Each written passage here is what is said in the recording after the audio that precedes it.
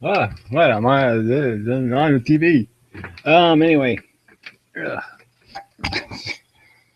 daydreaming, um, or something like that. Anyway, that's what I'll call it.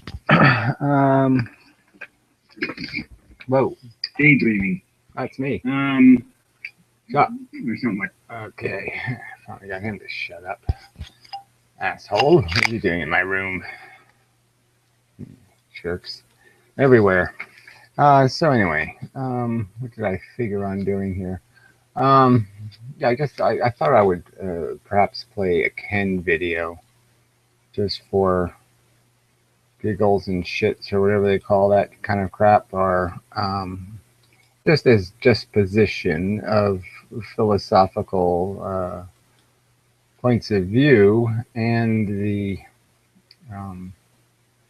you can't even make any sense of this crap. About what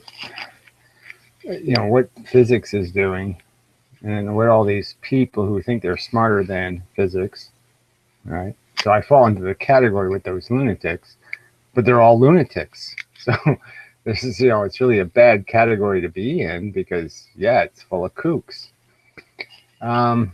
So yeah, it's really hard to play. It's hard to pick your side here because all the sides but mine are stupid, crazy, and it's really unfortunate. Yeah, maybe I'll do the screen sharing thing. I don't know if I'm up to that. I get past the ad. Bags are built tough for a reason. Yeah. They're meant for yard work.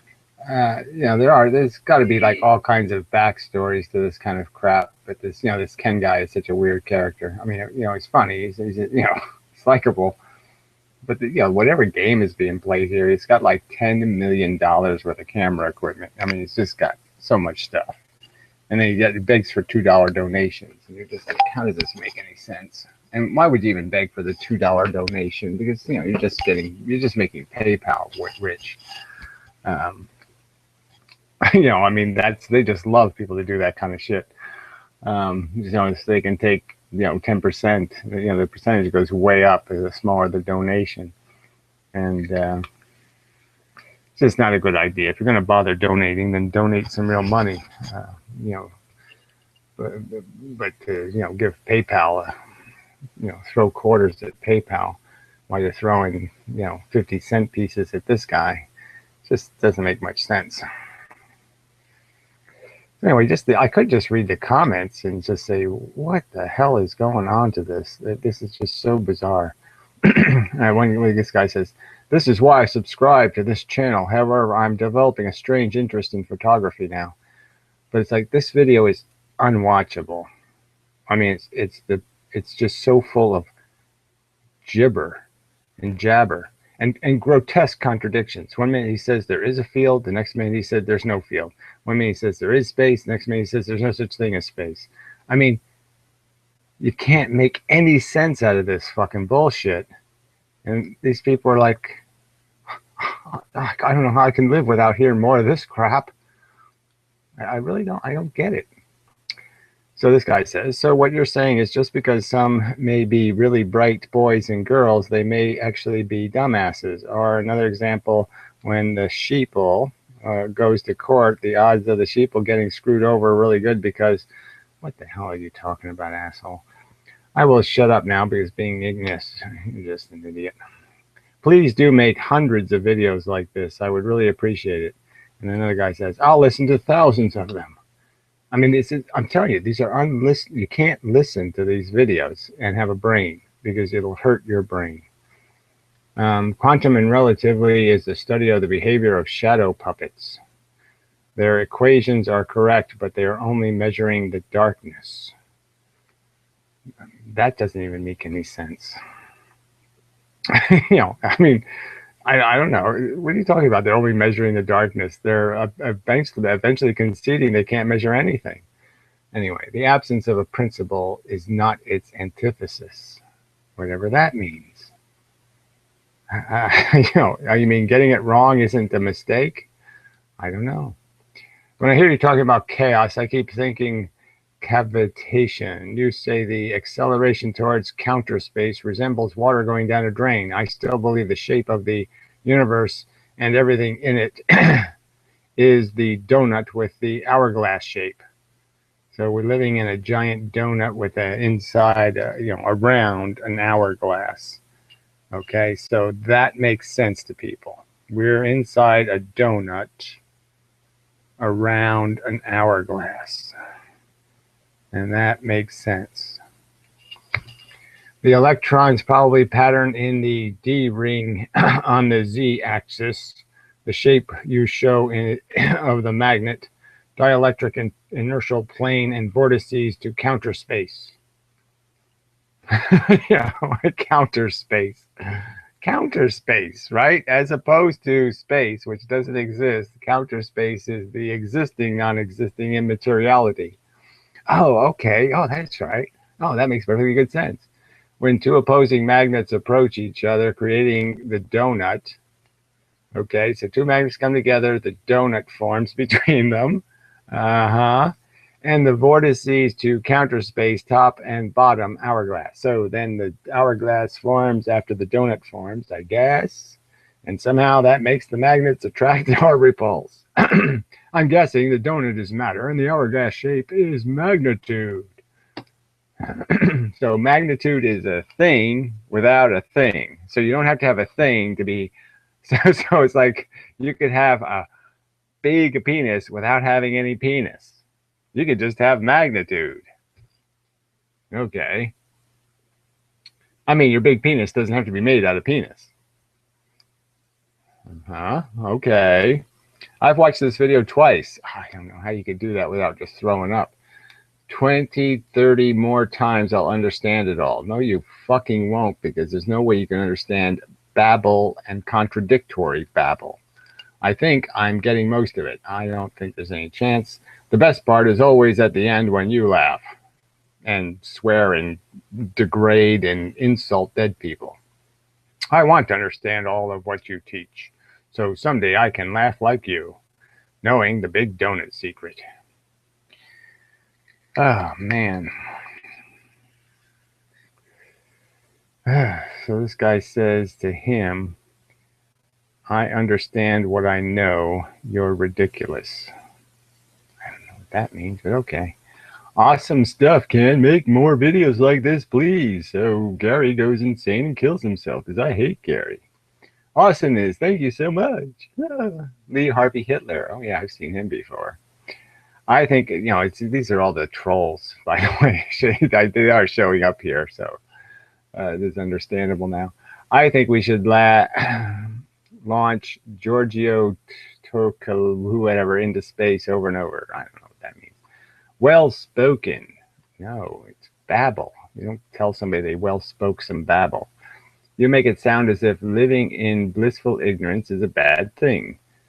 There wasn't anything about blissful ignorance in here. If everyone was as intelligent, knowledgeable as you, then no one would be seen as such. I appreciate that you are sharing the knowledge that you have spent years acquiring so that I do not have to. What knowledge? He doesn't explain anything. Please make 3,000 videos like this. Chaos is what seems when observing part of the whole, like zooming into a picture. Pixels might seem chaotic and make no sense and be disorderly, but when you look at the complete whole, then see the order. It's about seeing different magnitudes of what they are. Well, again, this is kind of a straw man, because frankly, physics should be about saying, if you're looking for something truly random, you're going to be looking for a long time, because the truly random thing is sitting under Jesus's ass. The Holy Ghost ate it for dinner. Yeah, the Holy Ghost ate chaos for dinner one night, so you're never going to find it unless you can find the Holy Ghost's toilet and go fishing in there for it. In Argentina, they say someone is a zero to the left, or someone has no value. They see zero as no value. And see, all this about somehow physicists or mathematicians think zero is a number. They don't. They recognize that it is a zero magnitude in a set. So you have to the starting line can't be 1 because it's not 1 yet. So yeah, you have to have a place to start. And so you start at 0. You start at the non-magnitude magnitude. Yeah, the jar is empty. So there has to be a way of saying the jar has 0 juice in it. You have to have a way to say that. They don't think 0 means it has something in it. So another straw man argument. It is true you can't see any light in the vacuum of space. Amazing. Unless it hits you in the eye, and then you'll see it. Like all the light in the rest of the universe. You can't see light anywhere, idiots. You think when you see light diffracting that you see light coming off a laser beam, you think you're seeing the light moving in the laser beam. No, you idiot. You're seeing a particle in the atmosphere being hit by the laser beam and reflecting laser beam into your eye, you fucktards.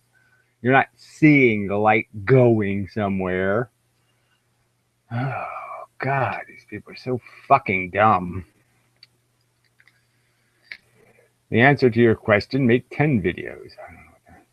Ken, would you agree that Immanuel Kant, who said that time and space are always formatting the data of our minds, if a computer became conscious of its content, it would think that the world is made of zeros and ones, but it's only the way of formatting the data that goes through the CPU. So you think the data in your brain is in some other form, retard? How come you're not talking the same way, talking in terms of neural connections? Oh, that's right, because that doesn't have anything to do with how the output devices are translating the storage information, idiot. And your brain's doing the same thing, idiot. What do you think of this article? Who needs that? Perhaps you mentioned Professor, no, I don't know who that is. Logos, ratio, proportion, huge significance. If we are introduced to numbers as representing ratios rather than quantities, understanding would grow. So somehow he's arguing that somehow we don't understand that the relationship between 2 and 4. Yes, I think we do. Straw man argument. I think people are all the time talking about that. The whole division thing is kind of a giveaway that we've acknowledged the relationships that exist, you idiot. All right, so anyway, I'm going to move to a little bit into the video because at the beginning he's just doing his Greek whatever. Platos means datos means snatos means gaitos. Otos motos sopopovos toast. I want some toast, oast. I want some oast on my toast. Bullshit. So 139, we'll see what we get. So the most amazing, the most important.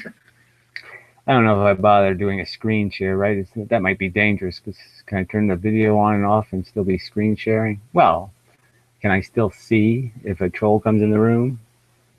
I don't know. Sorry. Well, I'll do a little bit of screen sharing just to see if it works without making too big a mess. Let's see. Select a window to show in the video call. Well, let's do the whole screen, and that way I will be able to see what is going on.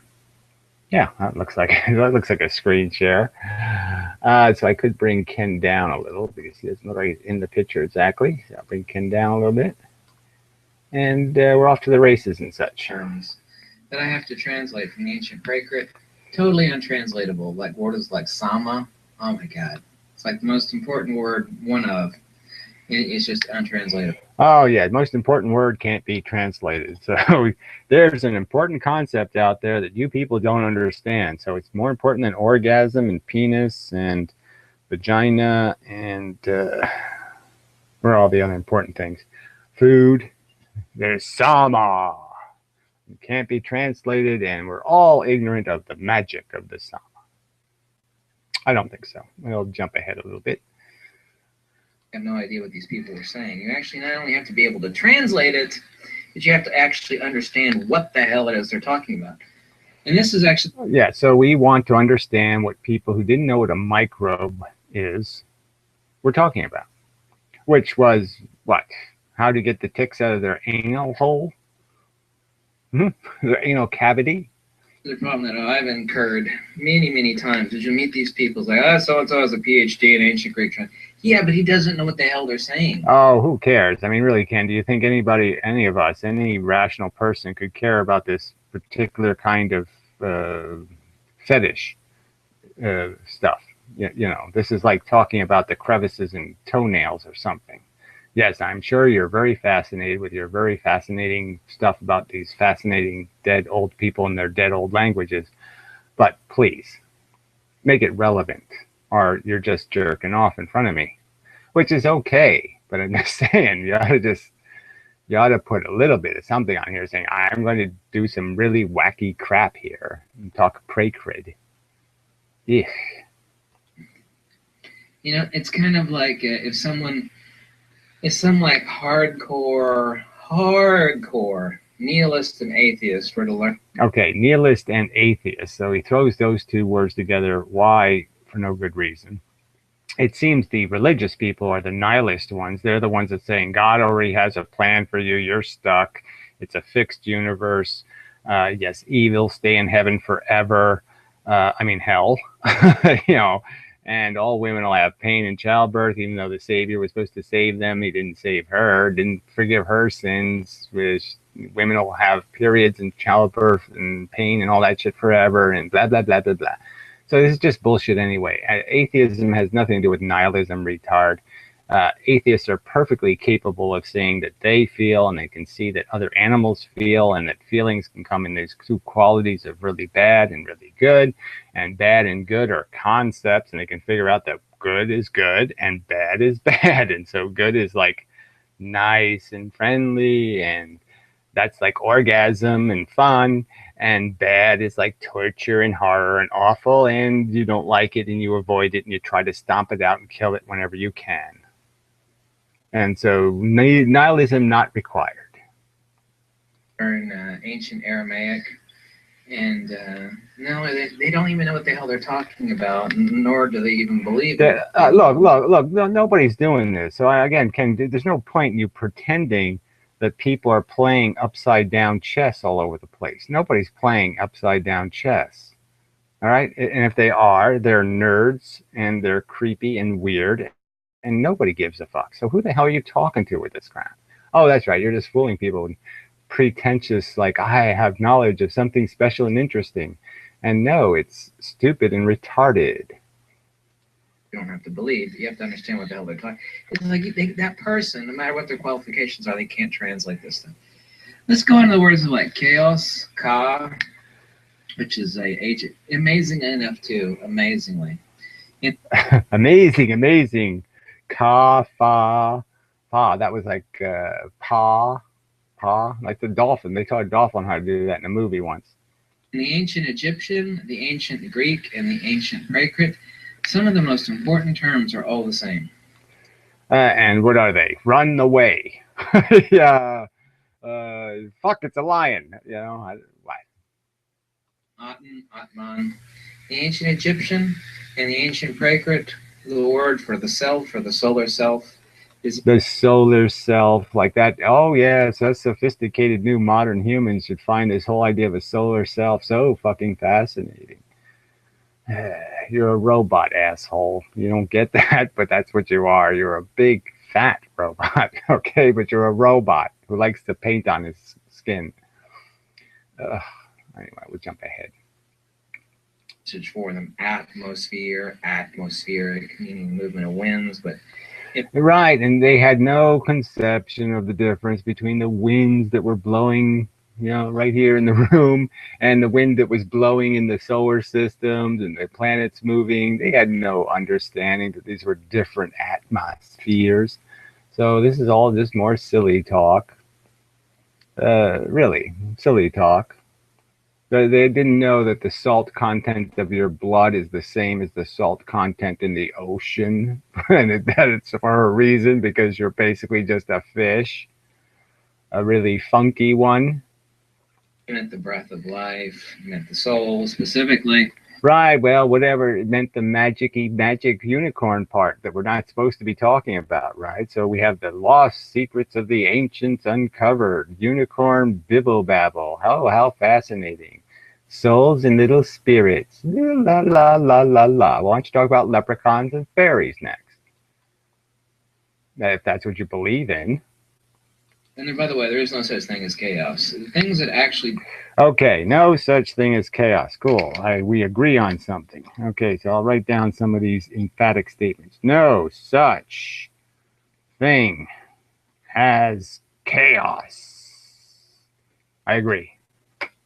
In any real sense of the word, in any explicit sense. Obviously, there is mixtures that are indecipherable.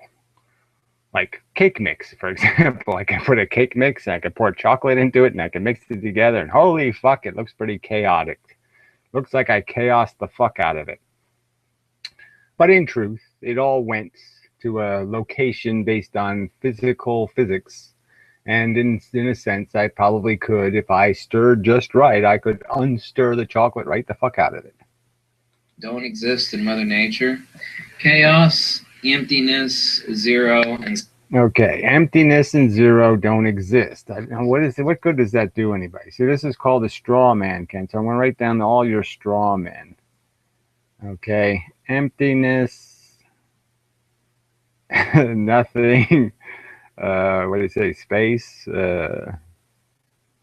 These things don't exist. I mean, that's a straw man. No one's claiming they exist as something in terms of their magnitude, but clearly a jar of pickles can have pickles in it, or it can have no pickles in it. Zero pickles. Space. These things absolutely have no existence. They're conceptual qualifiers that humanity has developed. They're not conceptual qualifiers. They're pretty much explicit statements that there is a point where you begin and there's nothing yet. You haven't made any progress. So, a journey of 1,000 footsteps. It starts with the 0 step, and then you move to the first step. But you can't get to 1 until you started at 0 steps. It's just a fact. To help us rationally understand the existential universe, but no, okay, so it's the existential universe. Now, I don't know what that means. The leprechaun universe? What the hell is this existential thing? What is extial about this whole thing? What is no.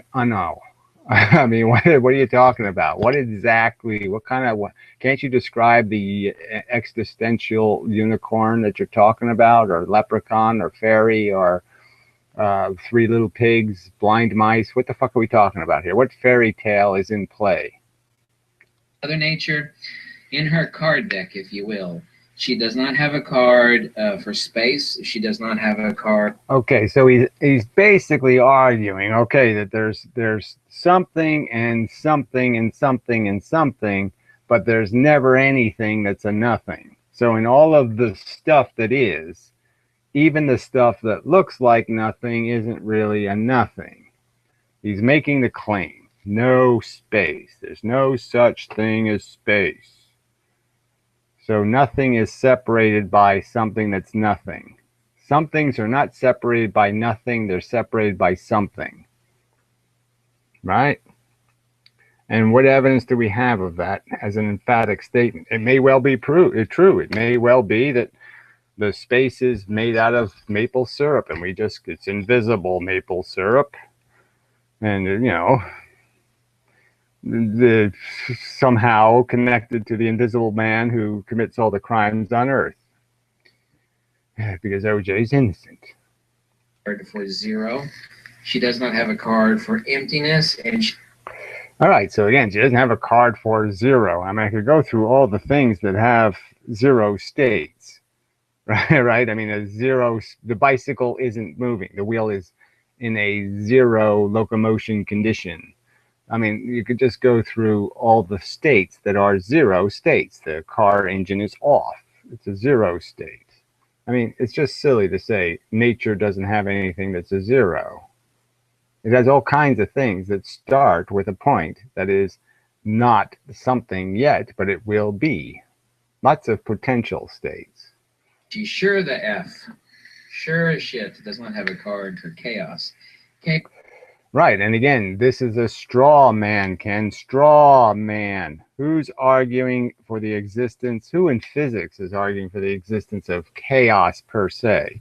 They're obviously arguing that there's all kinds of Heisenbergy woo-woo, but it's not exactly chaos because they will concede that everything turns out by a basic formula, and it couldn't be a basic formula if it was chaos. So obviously Heisenberg doesn't create chaos, it just creates mystery that always has the same plot. And so the Colonel Mustard always does it in the powder room. Chaos does not exist. There's absolutely no such thing as chaos. Straw man, straw man, straw man, straw man, straw man. In Orphic tradition, chaos was said to be the sun. I mean, clearly people use chaos in common language to describe circumstances for which they cannot see the organized mechanism. This is how the word is used. And you're just playing a game to pretend people aren't using it in that context. So I'm going to jump ahead. We're at 623 now. It's cause zero. Zero. Chaos is space because anything with magnitude. Okay, so there was no space. That's what he said. Absolutely, right? He said there was no space. So now chaos is space? Come on. You just said there was no chaos. So how can chaos now be space? You said space doesn't exist. You say chaos doesn't exist. And now you say space is chaos and chaos is space. That's called a contradiction, Ken. You can't do that and be called a reasonable person. It has necessitatively time as its principal extrinsic attribute, and anything in time is never itself. All right. Anything in time is never itself. Anything in time is never itself. So if I froze a moment like a pinball machine and the ball's bouncing around, there's no moment I could freeze it and say, there, it's frozen. I stop the ball right there, and it's going to stay right there. It's still doing some kind of time thing. It's still progressing through the game. No, it's not. It's having a quiet time. But always other and changing, meaning that anything that actually has magnitude can never be itself, because anything that has magnitude can never be itself. Okay, anything that, I wish I could write faster, has magnitude can never be itself. So, technically one can argue that, I mean, I certainly would disagree because I believe in a particle theory and the particles are moving at a set constant speed, and that means they move a set amount of Planck distance. And so theoretically, at a frozen moment, it's a frozen moment. It has an identity, it has a potentiality, and that potentiality can be recreated over here or over here, over here, over here, and it's a real arrangement. It's solid. It's a real thing. Like the chips coming off of a conveyor belt for a computer. The chips are the same. They're manufactured to be the same. It's a configuration. It's solid. They're not changing into chickens. They're not doing that. There are chips, running computers. They're not chickens. Whatever has magnitude is phenomenal, is existential, and it isn't. Anything that has magnitude is phenomenal. Okay, magnitude equals phenomenal equals magnitude. Oh, no, equals something else. Oh, existential. Yeah, we're back to that shit again. Existential. What is the fuck does that mean again? What is this existential shit word mean? What do you mean by it? Fairies are hobgoblins. Never itself. It is always becoming. In the ancient. I mean, this idea that it's always becoming is just wrong. I mean, it has a static condition. A capacitor can hold a charge for a very long time. It has potential, but that potential is caught in a circle, and it's going to spin in that circle for a very, very, very, very, very, very, very, very, very long time if you allow it to. And Prakrit, which I translate, yes, I translate. Yeah, see, and it translates Prakrit. Who the fuck cares? How many people in the average group of 1,000 people even know the word Prakrit exists? How many?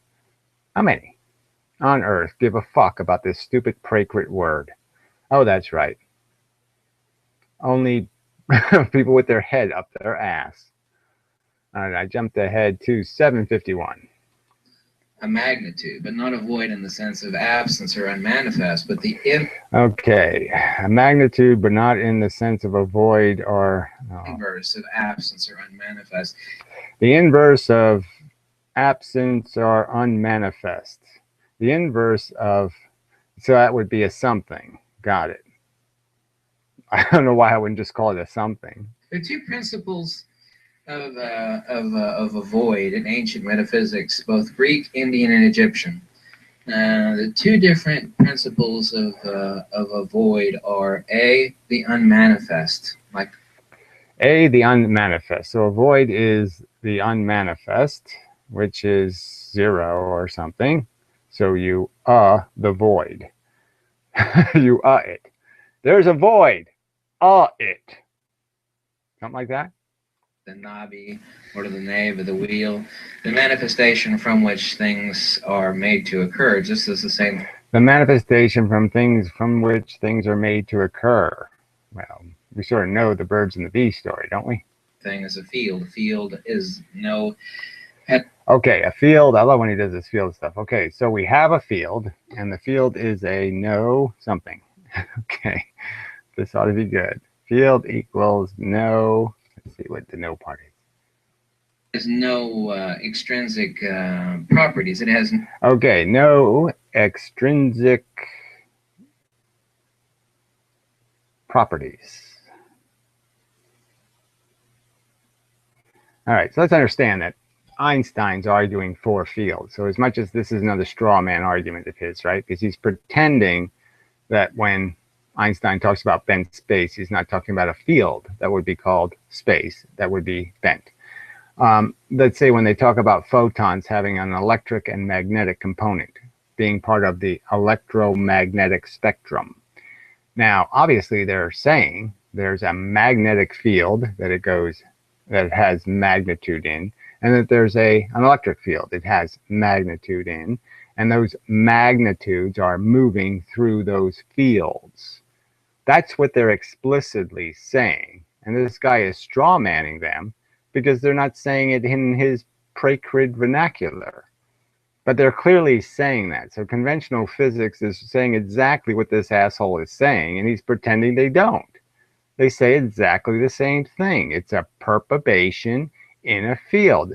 They're saying a photon is a wave of field intensities.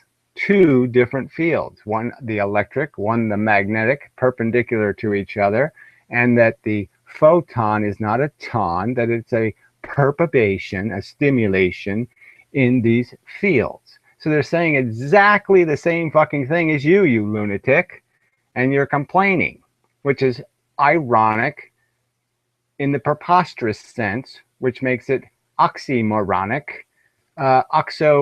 like with oxidization, which makes it rusty moronic, which makes it insanely mnemonic. You are reaching ludicrous retardation. No actual magnitude. It is a field perturbation. Okay, exactly what they're arguing. Now, to say it has no magnitude would be kind of idiotic, because even your perturbation seems to me would have to have magnitude of some kind. So, I mean, you want to say it has no reality, no magnitude for the perturbation. So perturbation Yeah, perturbation. It doesn't sound right. Perturbation has no magnitude. That's what you're saying here, right? That's the only rational way to interpret what you just said. Even in Procrit, that's how it's going to come out, asshole. We have another idea of the void, of something that is left in the wake of something that expands, that has magnitude, and therefore partakes of time. So we speak of void, we have to talk about two different types of void. A, the unmet. We speak of void, we have to speak of two different types of void. So he was saying there is no void, that nature doesn't deal in voids, that it makes nothing called space, that it has no nothing. And now we're saying void is something. So I mean, you can't see how this is contradictory. You shouldn't be using the word void if you don't mean something that has a lack of, not void that has something. So if you're perpetrating,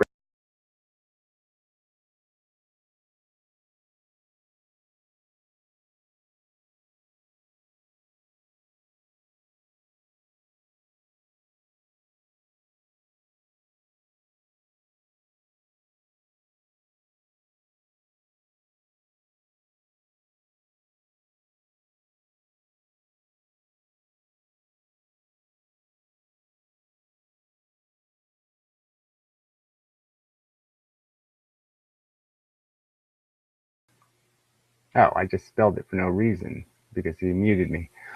Anyways, official Infoglobal, who did it? Infoglobal. Infoglobal, he thinks he's got global information. Official Infoglobal. So he's the dickless cunt who just muted me in my own room because he has no dick. He has no, he perturbates anally with grotesque excess. Get AIDS and die and all that kind of crap. And I mean it seriously. You really have no reason to live. None whatsoever. There's no rational reason. Any little cunt who comes into rooms and mutes people who make a room with their free speech, you have no right to throw your rag in my mouth. You just have no fucking right to do that. It's a grotesque trespass, and you should be run over properly. Okay, enough of a speech. It needs to be said, because no one will say this to these little cunts. Nobody will say what needs to be said. There are people on this earth who are little pieces of scum, and the sooner they're shot in the fucking head, okay, and buried in mass graves where we shit and piss on them first, the better. Fact. That's a fact. We'll have a better human civilization if we just kill these scum. Fact. Manifest. Kind of like waves on a calm water. It's like, well, there are waves there in potential, but what is... Okay, kind of like waves on a calm water. It doesn't make any sense, right? They're really there, but they're not there. Well, that's not true. So you can't have it both ways. You can't say the waves are there or they have potential. The waves don't have potential if it's calm water. There is no potential there. You have to go to the source of the waves and say maybe the source has some potential, but the waves themselves have absolutely no potential. The wave will not on its own decide to go really big or go really small or do something. The wave can't do anything. The wave is stuck with what it is. It has no fucking potential. So you're just playing fucking goddamn word games. This is just a pile of verbal puke, and you ought to stop doing it, Ken, because it's bullshit. Potential is not actual. You start flapping your arms in the water, you create waves. You have a field perturbation, and that... Yes, and again, waves in what? I argue to you. At least physics is saying it's a wave in the magnetic field and a wave in the electric field, and they're saying there's a field that there's a wave in. What are you waving? Oh, nothing. A non-manifest lack of inertia. Analogously. So then you're making something manifest, and these waves have volume. Volume would be magnitude, I assume. And that would be the other type of void that we're speaking of. Now, so the thing that has volume and has magnitude is a void. No, it isn't. Those aren't the proper uses of words. Whether it's in Procrit or Snowcrit, that's bullshit. Now, the other void, which is Bullcrit. the trans-Euclidean geometry, Trans-Euclidean. Trans-Euclidean. So it's wearing a dress. Okay. the inertia, or to the ether, or to the plane of inertia, is the unmanifest. So we have to talk. So the unmanifest is something that's unmanifest. Can't just say it's a pizza that has not yet been cooked. Talk about two different types of void: the void that is unmanifest, and the void that is unmanifest, and the void. So we have two kinds of space that there's supposed to be nothing of. There's two kinds of nothing. There's the void that's unmanifest, and there is the void, the nothing that is, wait for it. That is a voluminous creation, like blowing air. Right. So it's a voluminous creation, the void. That makes sense. You know, everybody associate. If I showed somebody a voluminous something, just anything voluminous on a piece of paper, they're going to right away go, ah, what a beautiful void that is. Turn into a balloon. Now we have a big balloon, and inside of it is a void. Yeah, there's air inside. Yeah, there's air inside. Yeah, there's not a void. There's air inside. If I take the air out, then there's the balloon is a little shriveled up balloon because there's no air in it. It's zero air in the balloon. Yes, I'm acknowledging the existence of zero air in the balloon because it's a real concept. It's a real actuality that there ceases to be air in the balloon, and we must call that something, the lack of air. The balloon, obviously, but you're not taking. Don't take that too literally. Oh no, you mean don't take it at all. Don't even think about it because what you said was crap, and instead of just saying, wait a minute, I just said it. I just farted a shit. You know, sorry. I was trying to fart and I shit it instead. So just pretend that didn't happen, please. Talking about what is potential and what is actual. Emptiness is another human conceptual creation that absolutely does not exist. All right, emptiness doesn't exist except where the lack of inertia is, because that sounds pretty empty. Qualifier of something else in relation to something else. It's like if I said that we have palm trees and gators and all sorts of things in Florida, but we have, Florida is empty of polar bear. Very good. Excellent. Excellent example. That's right. But no one would say, no one would confuse the absence of one condition for the absence of all conditions. So this is, again, a straw man. I mean, to presume that somebody's arguing because Florida doesn't have polar bears, that means it doesn't have cockroaches. Nobody's making that argument, Ken. So Florida is empty of glaciers. You know, we're talking about a qualifier of something relational to something else. The subject always. It's not even relational. It's only specific to dynamics that we know are related. So again, balloon by itself, you know, if I showed one to an alien and he never saw one blown up, he might at first say condom and, oh yeah, fill it with dick, 5 dick. Whatever, because you can do it that way. You'll say, give me some more balloons because that's not enough. But regardless, I'm just saying, yes, you'll have a different association, so you'll have a different common meaning. But I'm just saying there's no confusion in physics over this stuff. Physicists aren't confusing. I mean, there's lots of things they're doing incredibly wrong, but what they're not doing is assuming because there's no air in a balloon, they need to qualify it and say, well, there's also no polar bears, and there's also no, they don't need to do all that, and you know it. Precedes the object to negation. The paradox is that many people, especially nihilists and existentialists, so here he keeps talking about this existential crap, and now he put nihilist and existential in the same category, and obviously is being derogatory.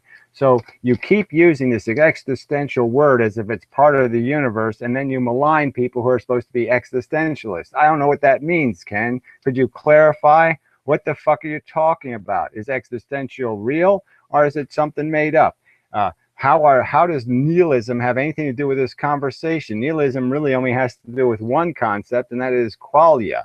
You can't really get away with denying the existence of trees and mountains and sky and moons and Saturn and Jupiter. And if you try to do that, you just look ridiculous. So the only thing nihilists are relevant on is the subjects that require intelligence to see. I mean, you have to have intelligence to see that cats have brains and that the brains create sensation, and the sensations can be good and bad. Yes, you have to be a little bit smart to figure that shit out. Okay, and so the nihilists can't accomplish that one. But that's the only time this is relevant. How does nihilism have anything the fuck to do with goddamn physics? You fuckhead. How is nihilism, you said it twice now, how is it fucking relevant to chaos, space, zero, and emptiness? How the fuck is it connected? Because I don't see any fucking connection. I mean, I love ragging on nihilists, but I mean, this isn't the place to do it. Reified emptiness as something which has principality. How so? I mean, how have nihilists reified emptiness as something that has principality? Explain to me how a fucking nihilist did that. They're doing exactly the opposite. They're taking the things that do exist and pretending they don't exist. They're not putting something in the nothing. They're taking the something out of the everything. You stupid fuck. Emptiness is never any. Emptiness and chaos and space are literally a privation. We talk about a shadow. Chaos is a privation. See, I mean, this is the kind of crap that just you can't sit there and say empty and chaos and then imply that they're the same fucking thing. This is a contradiction in fucking terms. Do you know what that means? It's a contradiction in terms. Shit. You have to have something to have chaos. You can't have chaos and nothing. Empty chaos. There's a whole bunch of chaos in that empty can. No. Shadow. We can't reify a shadow. Can't reify a shadow. And again, no one's arguing. This again is a straw man. No one arguing that shadows are something. They're arguing that shadows are a lack of something. That's how it's cast, because something was going there and something didn't arrive there in the same condition. Now, the irony is that the something actually is there. It's just that it's polarized the wrong way, so we don't see it. Just like we don't see infrared light, and we don't see ultraviolet light. The shadow is just a fact that the visible light has been absorbed, and there's still force flying through there, but we can't see force. We can't see gravitons. We can't see magnetons. They're still there, but we can't see them. We can't see them as reflections off of a surface.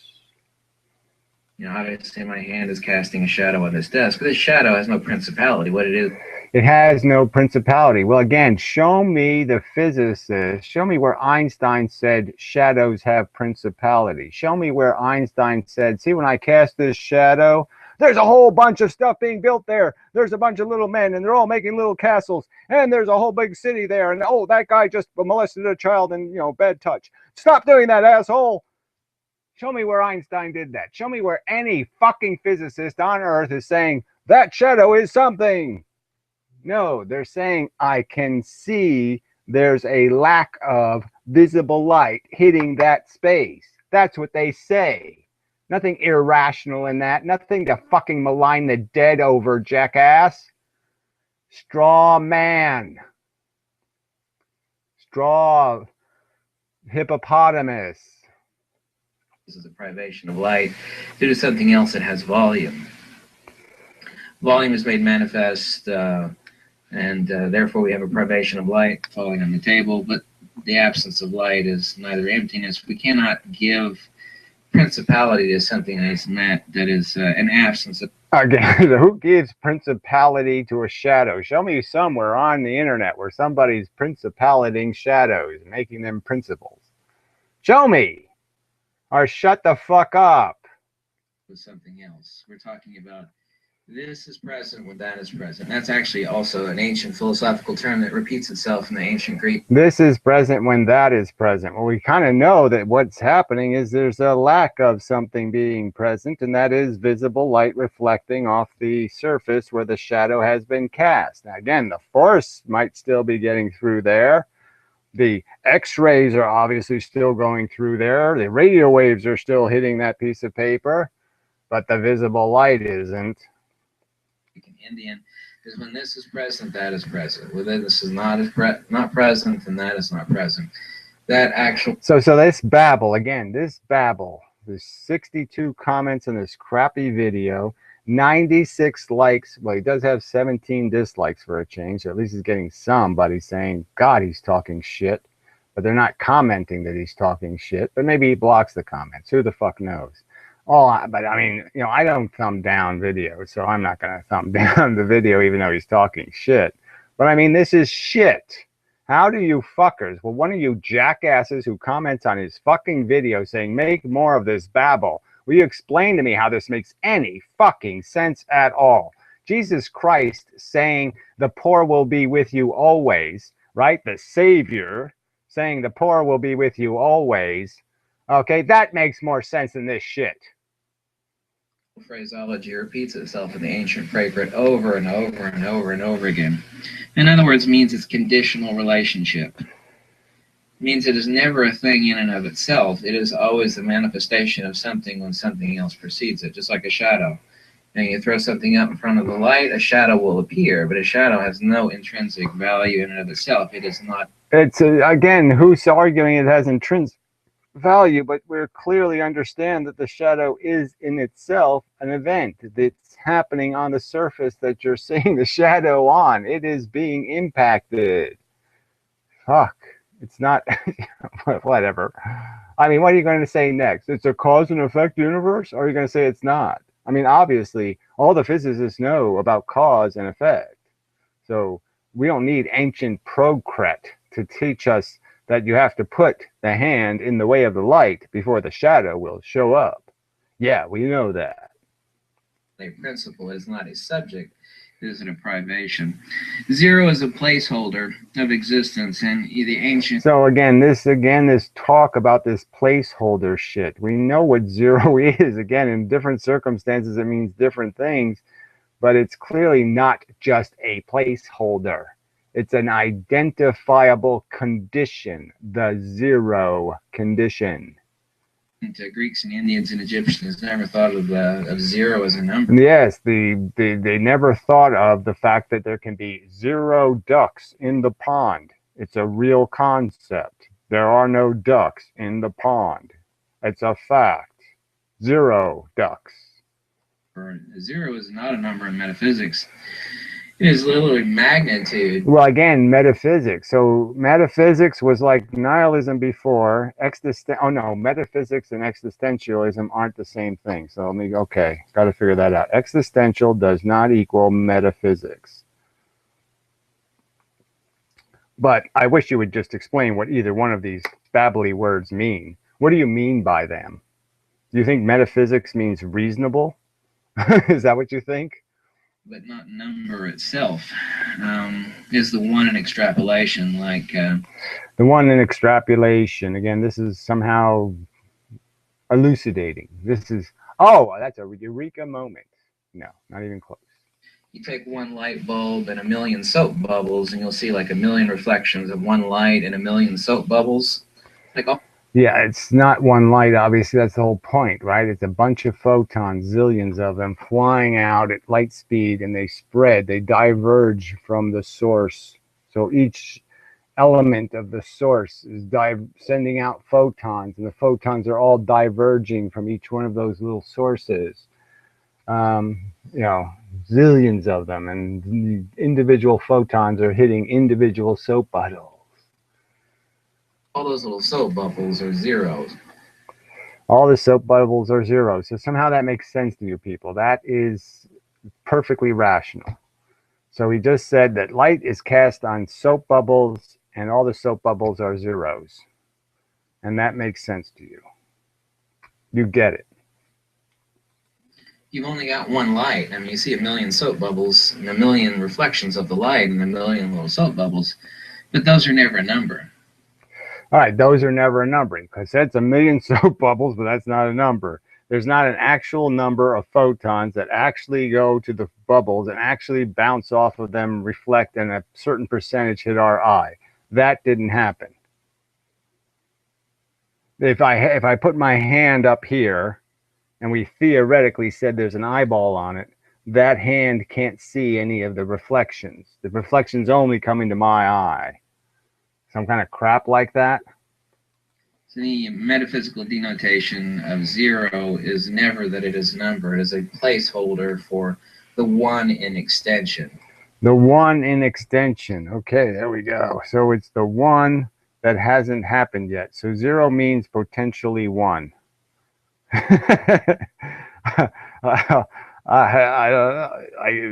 What if the geese only show up in pairs? That's not going to work then, is it? No, it isn't. Not in principle, but in attribution and validity. Not in principle. Well, I guess we should get to the principle part because there's no point in talking about the whatever, the precridity after that. Let's get to that, the part 2, after you get part 1 right. Manifestation. The same thing with a field. A field is not anything other than an ether perturbation or inertia perturbation. All right, so the field is a perturbation.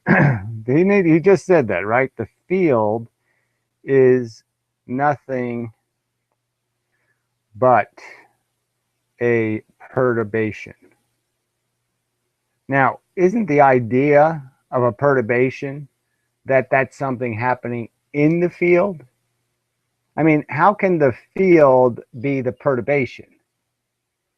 It's like a crop circle happens in a cornfield or a wheat field. You know, people push down the corn or the wheat and they make a crop circle. It's a perturbation in the field. The field isn't a perturbation. The thing, if I just drive a tractor across the field, it's perturbating through the field. Probably not a great example because it has an engine, but let's say the field was hungry for tractor, so it just kept pulling the tractor through the field. You could imagine something like that, I suppose. It's a field of, I don't know, kittens, and you throw a ball into the field of kittens, and they're all laying on their back, and they all push the ball into the air, and it moves across the field. Is that a field perturbation, or is the whole field of kittens a perturbation? You're really being very, very unclear here. I mean, I'm a reasonable guy. I really am. I am a fair fucking cop. I'm just saying, what you're saying doesn't have any denotation. It doesn't create any rational perturbations. Same thing with magnetism. Magnetism follows a Poincare disk model of projective geometry. A Poincare disk model of projected geometry. Now that's supposed to mean something to us all. He's being reasonable and fair to say something like that to people on YouTube. That's a reasonable thing to say to people on YouTube. A Poincare disk model of a geometry. I don't think that's reasonable. It is literally the loss of inertia. There we go, the loss of inertia. So we keep hearing about this thing called the loss of inertia. I just know, how can you lose, okay, loss of inertia? How can you lose the inertial condition? You can't lose it. You can change it, but you can't lose it. You can't drop it somewhere. It's not like a key. I lost my inertia. No, you can't do it that way. Quantitatively, the loss of inertia is the manifestation of force in motion, and what you end up is... Okay, it's a manifestation. So you lose your inertia, and that is a manifestation of force and motion. So somehow not having a state to start with enables you to forcefully emote. You're making me want to cry. That's sort of a forceful emote. Is this conjugate vortex of a hyperboloid, reciprocating precessional hyperboloid, that manifests volume. And in the wake of that volume, we have space. Okay, so in the wake of the volume of the hyperboloid space, we have space. So isn't that amazing? So space is really counter space, unspace. Okay, because it's really hyperboloid expansion. Uh-huh. Oh yeah, that's totally, totally. Space, as Nikola Tesla said, is not, it has no properties.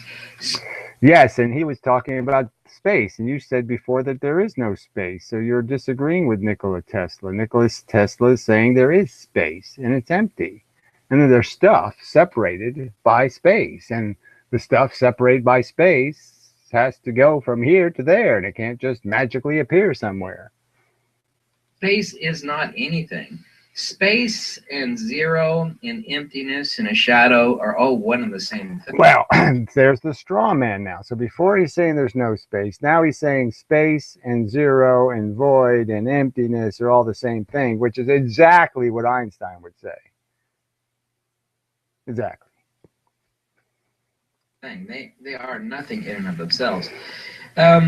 Modern quantum physics and general relativity has reified nothingness as some. Okay, so he's saying modern physics has reified nothingness. Now, I'd say they have created bullshit. Huygens is bullshit. Dark matter is bullshit. Even gravitational lensing, bullshit. No evidence, really. Just wishful thinking. Heisenberg, bullshit. Something that does things and acts on things. But from the wiser minds like Nikola Tesla, Faraday, and the ancient Greeks and the Egyptians, they would have just. Yeah, Newton, who was a wacky believer in demons and angels. Laugh their ass off at this notion that general relativity and quantum mechanics has is that space is something that acts on things. Again, this is your interpretation. So clearly, when they're saying that there's an electric field and a magnetic field, they're saying there's fields in space. And clearly, when Einstein says space is bent, he's saying there's a field, a gravitational field that's bent. Now, you want to argue semantics, fine. You want to say that they're explicitly saying that the absolute nothing is somehow bending. Well, I don't think they're explicitly saying that. They're saying a concept of space-time. So that's the other thing they do. They do call it a separate dimension. So it can't be what we call space if it's a separate dimension. So you're even wrong there. But aren't you just playing a word game? Conceptually, they're saying the same fucking bullshit you're saying, which is the field of blah, the blah field, is making the matter do something. We are not going to account for matter moving because energy, force, particles, things push it. We're going to just pretend that it's all moved around by a bunch of nothing. Except, of course, when it's a train on tracks, then all of a sudden we're going to think force is a real thing. We're growing up in this age of science fiction, and this bullshit is repeated over and over again, like warp space-time. You know?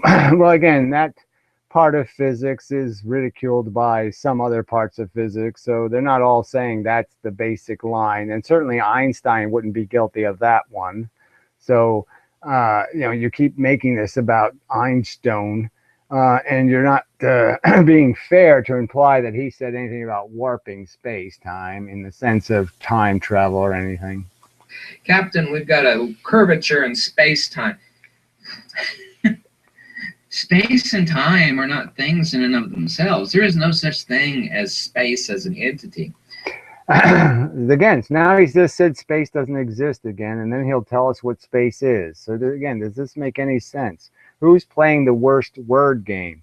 I'll agree that they're playing a word game when they talk about warping space and all this kind of crap, because they're obviously talking about warping a field of some kind.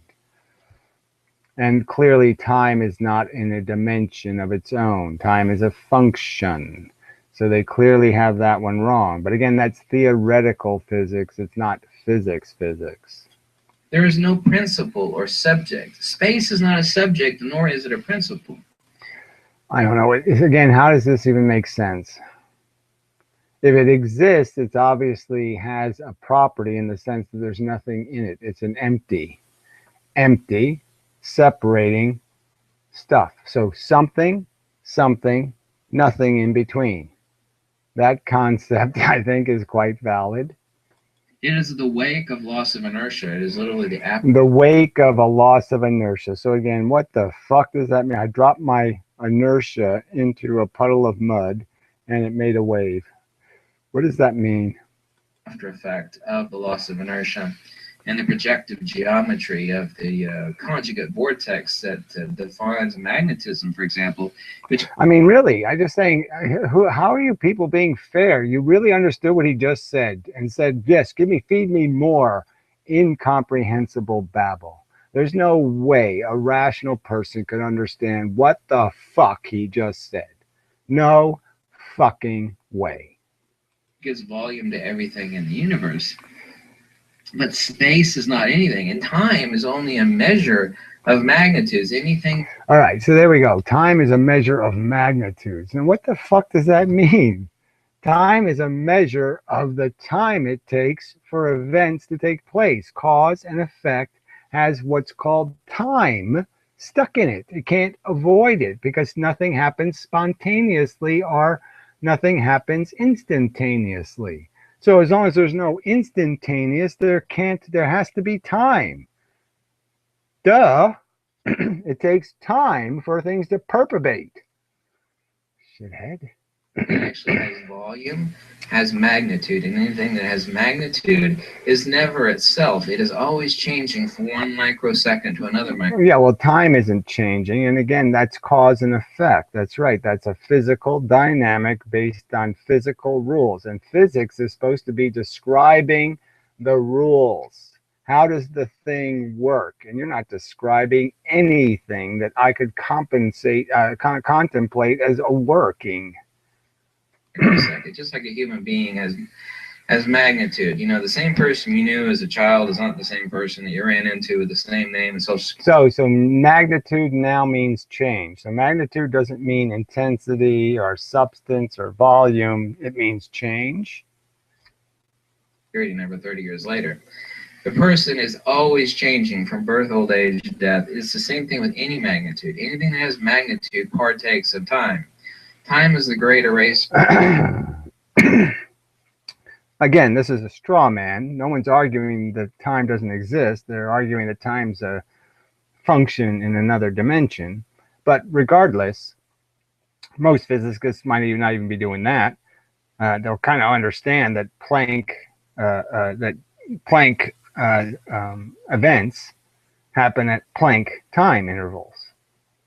That there's a constancy to the function, and that it takes time for a photon to go across the universe. Of everything.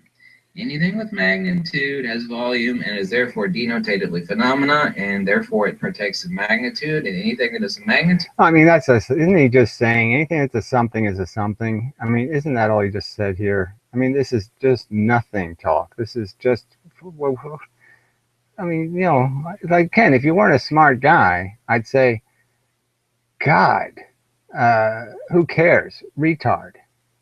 But you can't hear what you're saying and say, I just said space. I just said something is something.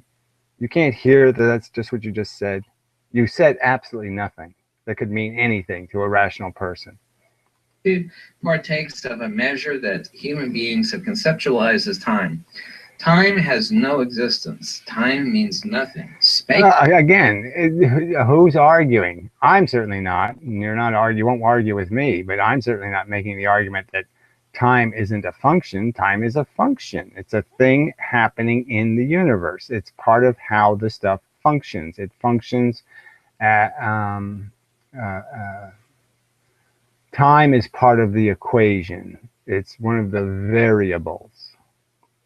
Space is nothing. Not nothing in the literal sense. It is absolute. Okay, not nothing in the literal sense. I don't know. Nothing in what sense? I mean, what sense is the word nothing supposed to be used? It doesn't mean nothing. It means something. I mean, this is a word game, for fuck's sake. I mean, now nothing doesn't mean nothing. What word are you not going to rape? Okay. And then take a shit on. Nothing in the absolutist sense. Space cannot do anything. It is like a phantasm someone has when they're dreaming or if they were delusional. You know, whether drunk or Straw man, straw man, straw man, straw man, straw man. Again, they're not saying space is doing something. They're saying fields are doing something. They call it the gravitational field. They call it the magnetic field. They call it the electrical field. So let's not pretend they haven't used the rhetoric. Let's not pretend they haven't qualified their use of the word space. something. They started seeing, you know, little fantastical things appear before their eyes due to like a brain tumor or being drunk or stoned or something like that. No, I don't drink. Never taken drugs, so don't ever try to place me there. Yeah, no, you're naturally psychotic. So yeah, apparently. I mean, I'd say you're some kind of idiot savant, actually. I mean, you know, if I had to call you something, that's kind of like how my diagnosis would be, is that you just happen to be more functional than most of them. And you have more savant than idiot. But on this subject, you're just complete idiot. All of these are one and the same thing. Mother Nature does not have this in her card deck. So he keeps doing this Mother Nature is simple thing, and yet he keeps talking about things that aren't simple. Now, so no one can see that duplicity. He talks about hyperboloids, lack of inertia, magnitude, mega metaphysics, all this shit, unsimple shit. And then he keeps talking about how nature's simple. He creates a field that has no magnitude. He creates a space that has no reality. But it's still space. But it's not zero. It's one in drag. Notion of emptiness, chaos, zero. Zero is never a number in metaphysics. Never. Zero is not a number. Well, again, it's a concept, and that's what numbers are. Two-ness. Two-ness. It's a ness. It's a thing something can have. Zero-ness can be something nothing has. A nothing has the quality of zero-ness. It is a placeholder. It is a relational placeholder. It doesn't matter what you call it. The letter two is a relational placeholder for the concept of two. So again, you're just playing a word game. You're cheating this argument by using a different standard for your description of what a zero is and a numeral two is. They're both symbols representing concepts, and the concept of a starting position of emptiness is fully understandable. It is not magic. You don't need metaphysics to understand the starting condition. We can try to give definition to a shadow. It's like that large building is casting a big shadow. And then we can give it measure. Well, it has a certain volume because the building has a foot. No, it's a place. All right, no. So he's saying that no, the building isn't casting the shadow by blocking the visible light or converting it into invisible force. Placeholder. We're talking about the absence of something that is giving volume. Again, the absence of something is exactly how every physicist would describe a shadow. So again, they aren't describing a shadow as something. They're not saying that's black paint on the being cast, being thrown on the building. The building is painting the other building with black paint. No physicist is arguing that. This is a straw man argument. It's completely fallacious and dishonest. Luminous definition to something else. It is not a principle in and of itself. Well, again, the principle, the idea that it is relationally changed is a fact, and it's one physics recognizes. I love it when these assholes in quantum mechanics and general relativity talk about waves. You know, we got this wave, electrical wave, we have magnetic wave, we have waves. You know, what's a field? Well, it's a perturbation. No, they don't say that. What they say is the field is like a lattice. It's a condition that exists that has a magnitude at locations. And the magnitude at the locations moves through the field by the fact that the field stretches and relaxes, and that it has properties. The field has rules that are properties, rules of tension. and rules in this case of waves moving through some mediums, then the rules will be also of friction and heat loss and lots of other elements to the dynamic, but they're not necessarily related to the particular field. It might be some other field. So you could have drag in the electric field or in the magnetic field and now have no drag in the electric field. Still, the electric field is going to be affected by the drag in the magnetic field. Yeah, it's a wave. A wave of what, asshole? Okay, again, so I could say the same fucking thing to you. A perturbation in what, asshole? I mean, motherfucker, you keep a perturbation in a lack of inertia. A perturbation in a fucking something that's a nothing. What the fuck are you perturbating, you fucker? Oh. It's like talking about waves of what? Look, I don't even believe there's waves, okay? So I don't even buy any of that shit, but at least they're calling the wave a something. It's a fucking field, for fuck's sake, like a cornfield. It's a wave in the cornfield. Duh! Everything is a field, and fields are not phenomena. There we go. Everything's a field. It's just amazing. They didn't exist, now they exist. Everything's a fucking field now, right? So I mean, does this again make any sense? He's just directly contradicting his previous statements. No field contains particles. Light?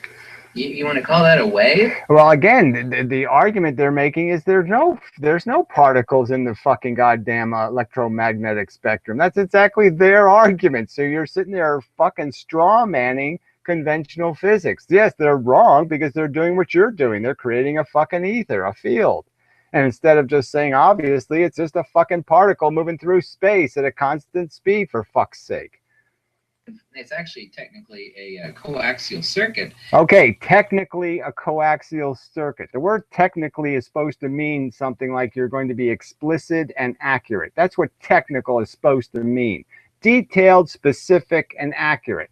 You're not doing anything technically, okay? You're talking completely metaphorically and in a manner that is totally useless. Light is nothing like a coaxial cable. There's not a fucking bunch of coaxial cables strung from me to my goddamn computer screen, fuckhead. If you think there are, you're a fucking lunatic.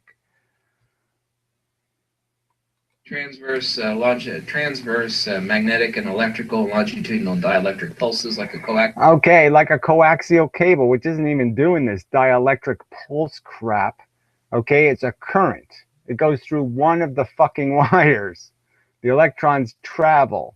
The force moves electrons, and the force ends up coming out at the other end. So it can be considered a vibration of electrons is the same difference.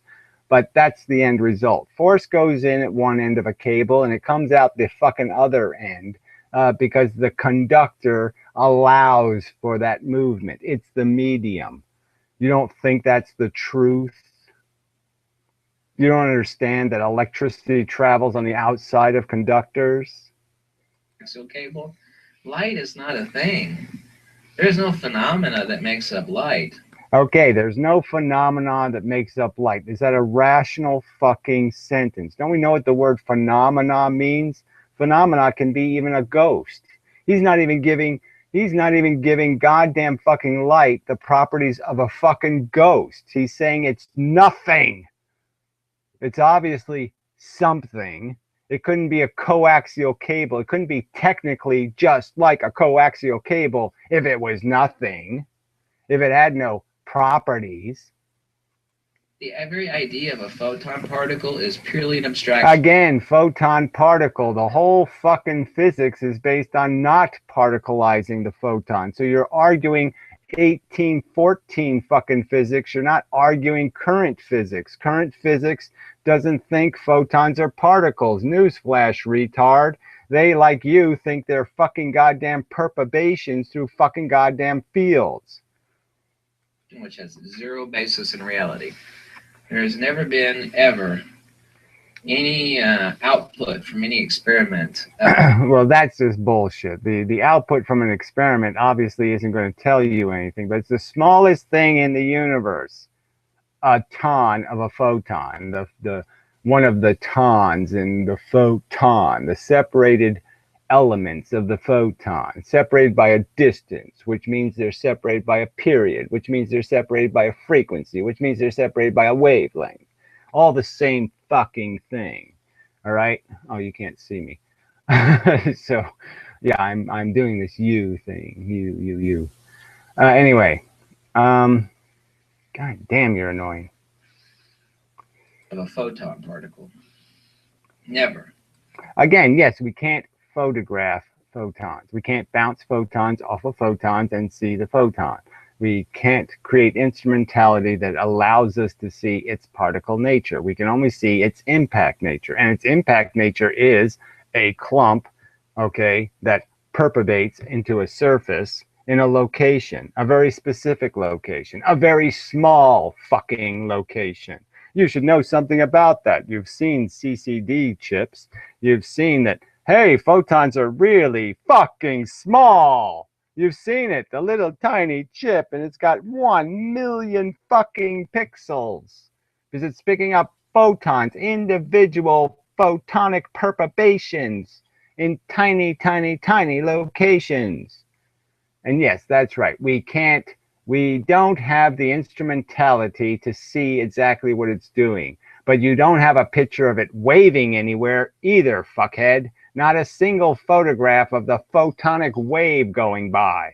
So this bullshit argument that you think Mohammed is God because there's no pictures of Jesus is goddamn shit as an argument. It's a shit argument. That's a fallacy, asshole. You got no pictures is a fucking fallacious argument technique because you got no pictures either, butthole. Maybe if you're out shooting all day with your camera, you can take your lens off and dump out the photons, right? Well, we kind of know the photons didn't get stuck in the fucking lens, don't we? So that's not even logically inducive either. We know they hit the little fucking chip, you jackass. So they're obviously not in the lens. They talk about waves. Waves of what? Exactly. Waves of perturbations of what? Perturbatia? The perturbatia perturbates. What are you talking about? You flap your arms and what perturbates? What? The lack of inertia? The fucking what? The unspaced spaciness? Waves of what? Oh, weather field wave. A field is not a thing. Again, they just pointed. A field is not a thing. They're saying it is a thing, you dumb fuck. And your argument that it isn't a thing is what? Made up by you. They're clearly saying the field is identifiable in the sense that it must exist because the wave is going through it. Oh, fuck. Thing is fields, and fields are not part of it. Yeah. These people are so stupid. You're a fucking conniving, manipulating bullshit artist because this is absolute bullshit and you're too fucking smart not to know it's absolute bullshit and you're just taking advantage of a bunch of crazy fucks who have some kind of Tesla boner and can't get rational.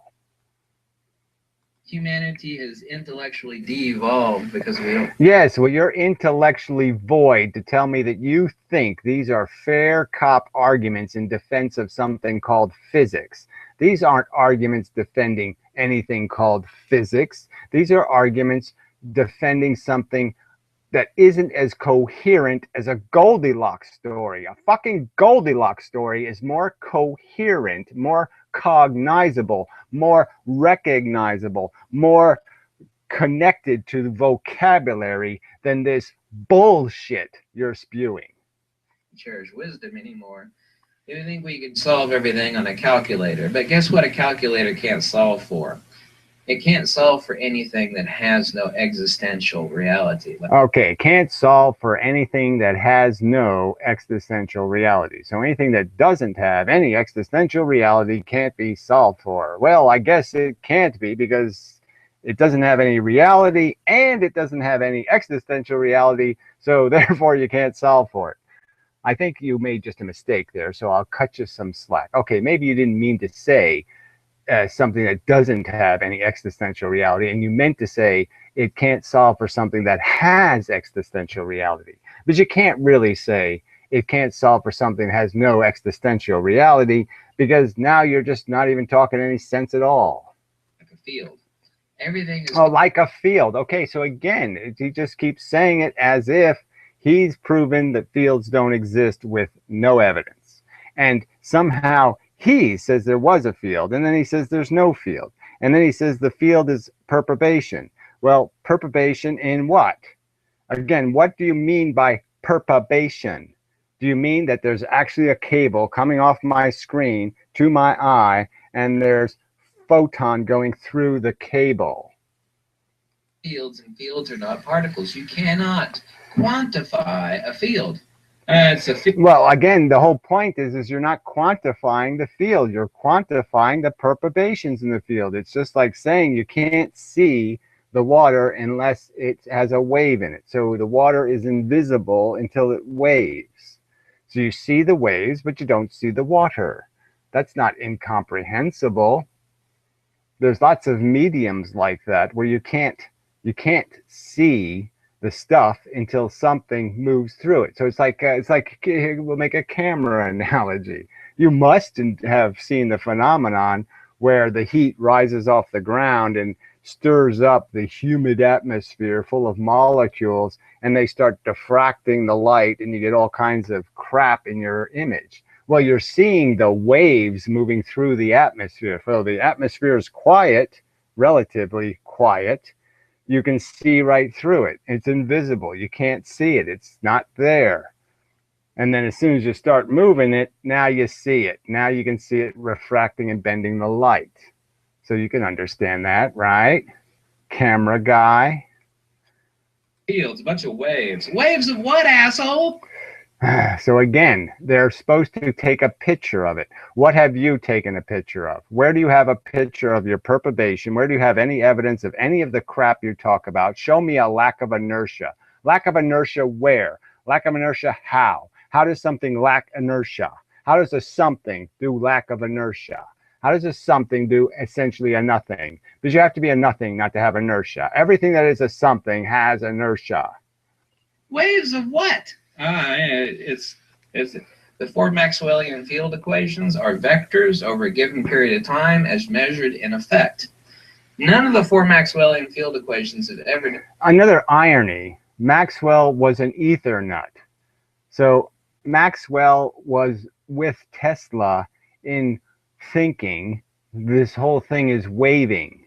That's how photons got put on the electromagnetic spectrum, is that because photons were going the same speed as electromagnetic fields, EMF, because they traveled a certain speed. And then it was found that photons traveled the same speed as magnetism. They decided to make photons magnetic. That's how it happened, you retard. Do you understand? There's a history, a real history in the world. Well, the real history is Maxwell was a kook like you who believed in this vaporous bullshit of fucking perturbations traveling around instead of things traveling around. So he didn't think magnetism was being created by fields of force, elemental particles, quanta, actual things that went into actual electrons and caused them to gain momentum or velocity, acceleration, and then velocity. No, he was believing it's all this wavy crap like you. Define what a field is in principle, because it can't, because a field in principle has no existential reality. Well, again, lots of things exist. I just explained how you have the field of the atmosphere and how you can swirl that field with energy and change it and see the field. You can see the field because you can see the waves in the field. And likewise with other mechanisms, you can see these fields. So you can see the fields of magnetism by sprinkling little magnetizable elements on there, and they'll line up because they're being caused to line up by the field particles. The energy in the field is pushing them into locations. Mother Nature does not deal in space. The field of actual bits, of actual quanta, like a field of light hits your camera lens, and the field of the bits of the light go through the lens and are diffracted and bend based on that diffraction, because the electrons push them, go crooked, travel an unstraight line, and readmit the photons at a wrong angle, wrong in the sense of changed angle, and then you see them on your fucking goddamn camera lens. I mean, on the camera chip. It's the number 0 or emptiness or chaos. Mother Nature has no idea what the shit that stuff is because it doesn't exist in her card deck. Well, again, complete straw man argument. No one's arguing that chaos actually exists. No one's arguing any of this crap. So, and if they are, that it's fringe physics. That has nothing to do with the standard model, has nothing to do with even Einstein, has nothing to do with any of the things you are deriding and insulting. So it's just a straw fucking man argument. Why don't you look that up in Procrit? They probably didn't make things out of straw then. They probably made their straw men out of mud. So look for Mud Man in Procrit, or look for, let's see, what else could we make? A horseshit man. They probably had way too much horseshit laying around, so they made horseshit men. So go look up in Procrit horseshit man, and you'll get this concept of a fake thing that you go soldier. I just defeated horseshit man in a great, magnificent battle. See, they would tell lies like that. Like catching fish that were preposterously large, but they fell off the hook. You know, that kind of shit. Fish stories. You're telling a fish story, Ken. If you will. You don't understand that, you're never going to understand a damn thing. Yeah, I don't understand what. This pile of crap, this illogical mishmash of silly talk. Maybe you don't want to. Maybe you like, living in la la la la la, Yeah, right. Well, you're the you're the big fat donut. You're the living in the freaking donut land of perturbation. You're mentally perturbating. Blissful ignorance. Some people don't. Bye.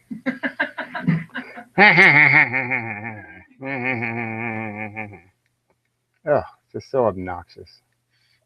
So let's just again point out that this guy is a big giant chicken in Procrit clucker. Fucker. Yeah. Fucker clucker. Clucker fucker. And yeah, he talks all this big talk like he's got an argument, like he can win a debate, like he's won many contests in the world, and he's a great gladiator for the cause of truth. And no, he's a shit talker, and somebody needs to oblige him to put up something rational, or shut up, because he's talking shit. All right, I've done my job. It was minorly fun, maybe. I don't know. A little bit fun, maybe. So let's see, DraftScience. Let's see if we can find this episode. See if there's any comments worth reading. Not too many. Strange. Very strange. I'm not muted, right? No way. I'm live, so yeah. Very quiet night. Well, it is Friday, I guess. Nobody's around on a Friday. All right, stop the screen share. Yeah. All right. So I think it worked. Can't say for sure. All right, have no clue what he says either. Okay, new age goofiness. It's not even new age, it's old age, right? So it's just these people just resurrecting any religion. I mean, they just have to have a religion, and they know they can't just make up one because they're not creative enough. So they're going digging through all the rubble of antiquity to sit there and see if they can find a magic star or some kind of stupid shape. Oh, look, it's a Nazi symbol, but it's pink. Just something they can, build a religion on top of. Metaphysics versus physics. Well, again, I don't even know what metaphysics is supposed to mean. It is such an unfucking goddamn described word. I just don't see what value does this fucking piece of shit word have. I like the guy's ferrocell with magnets. Well, again, that's not saying much, is it? Because he lies about that. He's talking about it as if the ferrocell is bending light. that magnetism is bending light. And clearly that's not what's happening. The fucking magnetism is bending the fluid. And it's bending it into almost what you could call fiber optic channels. And the light travels through the channels and reflects off the denser material. And that's why you see it. It's just not. And it's not an accurate representation of reality, because the ferrocell itself is creating a pressure differential from the interior to the exterior. So it's two plates of glass with a thin amount of liquid between them. So you can imagine if the dense parts of the liquid move towards the center where the magnet is, that they get thinner on the other side, and it bends the material, which actually is refracting it. It's causing it to lens. And you can't even get that part right. It's not accurately representing the field lines. That's why it gets all swirly. That's why it gets all roundy. The real field lines aren't doing that. They're going straight. It's just that a round ferrocell can't mimic reality unless you make it a really big ferrocell. So if they made one maybe really huge, they might be able to get rid of some of the diffraction, but it's still going to be a problem because, again, you're moving a dense material that has a material that isn't of one consistent substance, and you're moving it, which means you're creating a different thickness in certain locations. And obviously, if you take thickness between two sheets of glass, the glass gets bent. Anyway. Techno boner. I don't know exactly what that means, but okay. Imagine overhead lasers creating the crop circle aside. I don't know. Do I have to? Does anybody know if there's a rule book? I don't have to imagine that, do I? I can imagine laser beams burning a whole crop circle, but I mean, knocking down the individual pieces of grass, you really couldn't have them overhead. They would have to be at an angle to push the grass down in the right angle. So they really wouldn't be technically overhead, because then you would be pushing all the grass straight down, and it wouldn't be a very attractive crop circle. All right, screen share worked.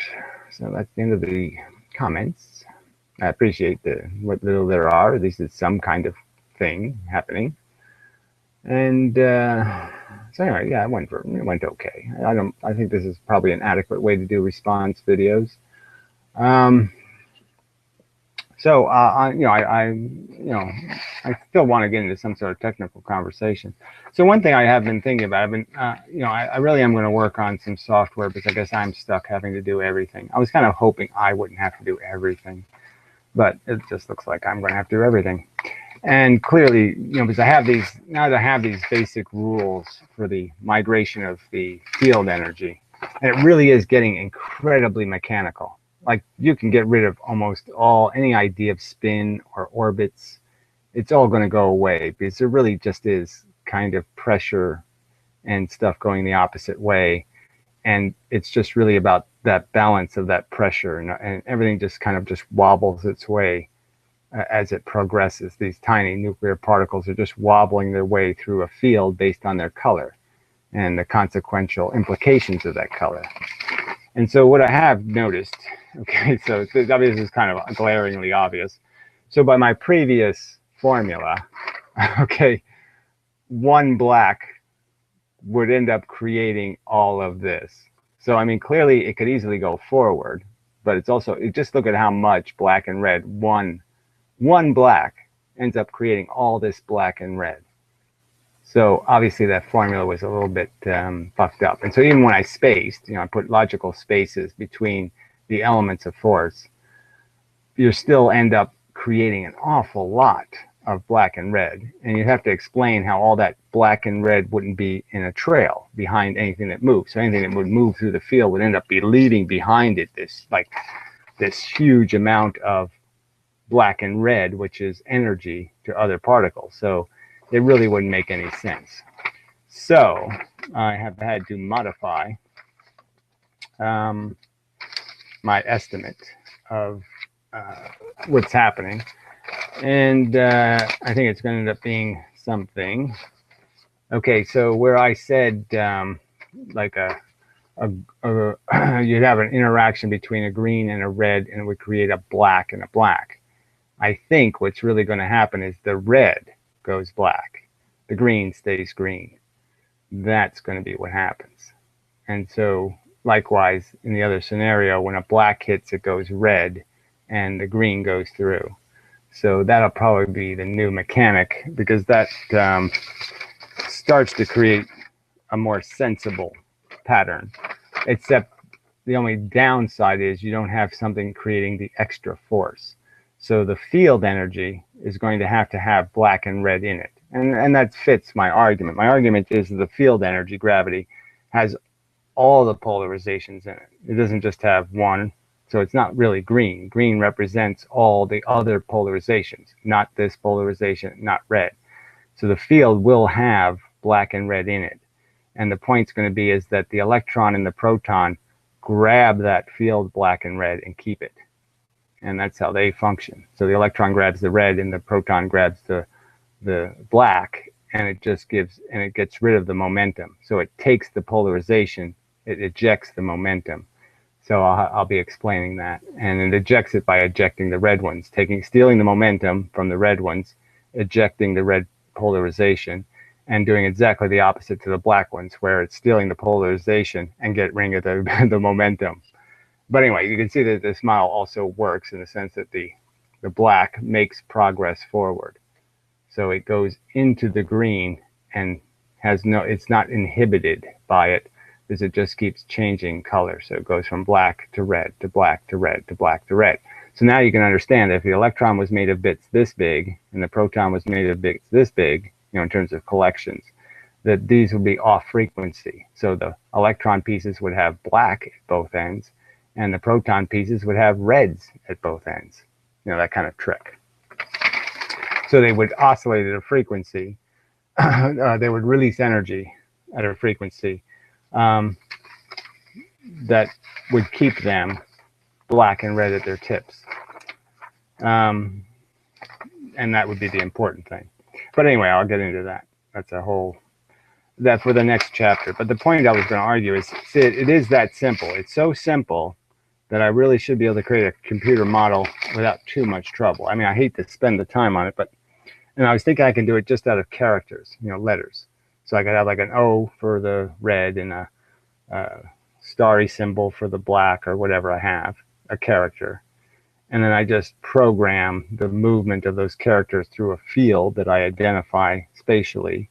And so I should be able to make at least a two-dimensional model, and then I can go for the three-dimensionals eventually if I can get the two-dimensional to work. And I can just apply the rules of interaction, and I should be able to create a visual model of something moving through the field and interacting with force, and how just shooting a couple of black arrows at it, I change the momentum of the thing, it starts moving the other way. I should be able to mimic all that, and that would be, I think, frankly, if I can do that, that would probably be the clincher, right? I mean, game over. I mean, if I can really, truly, because drawing it's just too much to draw, I think. I mean, if I could try drawing it, but it's just a lot of, you have to really go through a lot of, see, this is like time going across here. So, I mean, to really get a feel for how something's going to move, you'd have to draw an awful lot of these, and you'd have to draw through an awful lot of time. And the real way to draw it would be to just change the color of them, in the line. So you need some way to erase, and you'd have to like do a piece of paper over a piece of paper over a piece of paper and keep changing them, and then create a movie out of that, or an animation or something, which I'm not opposed to doing. But I think if I have a software model that's more durable and more modifiable and more expandable, so that's probably what I should work on. But yeah, I'm so horny about protecting my time, and trying to use it constructively, that I hate to waste a couple of days. But it's only a couple of days, and I really should just grow up and say, it's only a couple of days, Gary. Spend 2 days on it, you should be able to come up with something usable. And so I probably should do that. And maybe the weather's supposed to get cooler, so I'll be less distracted by my outdoor activities, and so it should be viable to the next week to find the time to do some software engineering. So you can look forward to something, maybe, hopefully. But I mean, the mechanics are really there's not much math here. There's only like 5 things something can do, and I can just model those 5 events, and then I can just hit the go button and let it happen, and it'll work or it won't work. And then you just change the formulas, of course, and find a formula that works. But I'm sure it's going to work. I'm certain you can create the formula that'll make this perfectly viable as an explanation for the motion of electrons and protons and eventually neutrons.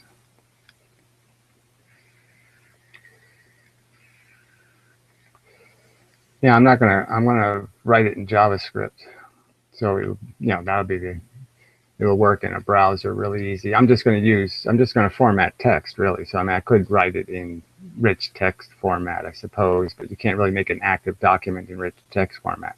So with JavaScript, I can make it really, I can have it move at almost any speed. And so it'll be a true animation. It won't be I won't be at all inhibited in being able to animate it. And eventually I can make it out of image files.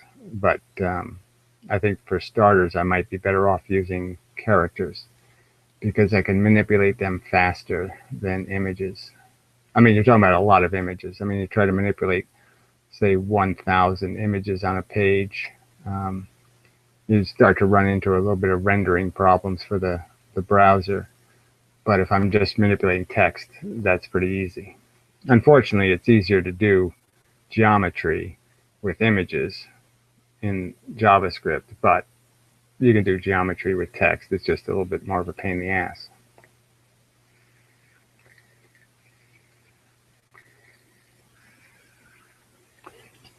It really should. There's probably already stuff out there. I mean, I'm sure there's ASCII, ASII2 or whatever, animation programs out there. Because people love to make images of boners and stuff out of text, and so somebody's probably animated a boner or something. And I'm going to be trying to do something similar, except I'm not going to waste my time making boners. Probably not. I might throw one in, but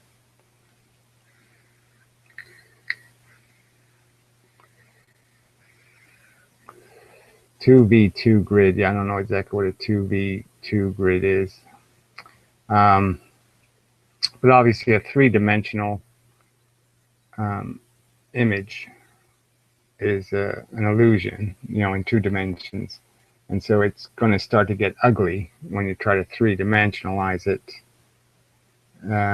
So I'm pretty certain I don't need to 3-dimensionalize it. I mean, you can mathematically, I can make the 3rd dimension's participation mathematically real, but have it not affect the 2-dimensional model.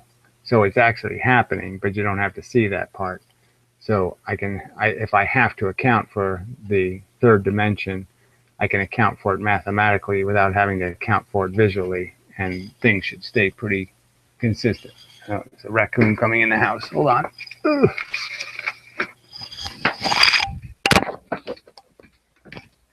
Hey.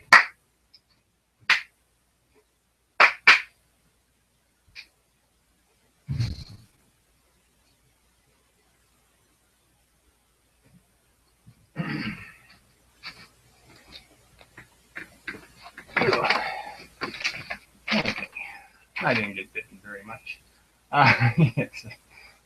Sometimes animals push on my door, and sometimes some asshole doesn't properly close the door, so my door doesn't quite have to push it a little bit to get the close right, and a little bit warped. I haven't gotten around to fixing that, and so sometimes I'm just not careful enough, and the critters can push their way in. And I really have to do something about it because it's almost kind of getting into bear season. The bears will start wandering about, maybe, if you are around. Don't want a bear pushing his way into the house. That would really be not a good idea. Not that it wouldn't be easy to scare, but it's a bear. You don't have to be fucking with bears if you don't have to. I don't think. I think that's like one of these probability equations. It's pretty easy to figure out that there's no good. Bears don't come with bags full of porridge and iPods to give away for free and all that kind of stuff. They just usually come with a bunch of smell and stink, and they want to take shit. So anyway, now I was in a much better mood tonight for some reason. I don't know. I mean, my mood is not terrible. I don't know why exactly. It might be that I feel good that I've gotten this little stumbling block dealt with. And now I can get to the serious business of making a complete argument a few times, and do more of the big picture idea that this is part of. Because it just annoys me that some of the things I've already said are just so impactful. Like the idea that gravity is a nuclear force. I mean, it's such an important idea that they've never really talked about. They don't explain that in school or say anything like that. That gravity is not affecting big things. It's not affecting the whole mass. It's affecting the littlest pieces inside of the thing. It's moving the little bit. The little fish are doing all the moving. The big thing doesn't move. The little bits all move. I mean, that's just conceptually so solid and fucking brilliant and the right way to see it.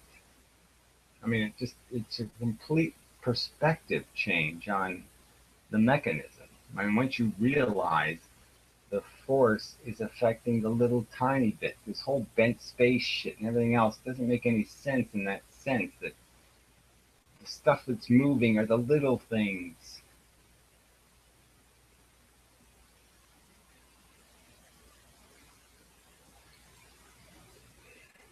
So anyway, yeah. No, I don't know if anybody has anything else. Give you an opportunity to ask a question or something. I really hate advice, so people give me advice really piss me off. You can suggest it as a friendly suggestion. I might suggest Unity 3D. You can use JavaScript, though there is some learning on how to use the provided objects. Just an idea. Yeah, I mean, just because something's JavaScript doesn't mean it's rational. JavaScript is full of functions. You have to learn how the functions all work. So it's almost like learning another language because the only way to use it is you have to use their functions, and so then you have to know what their functions are doing with what variables, and so kind of takes the fun out of it.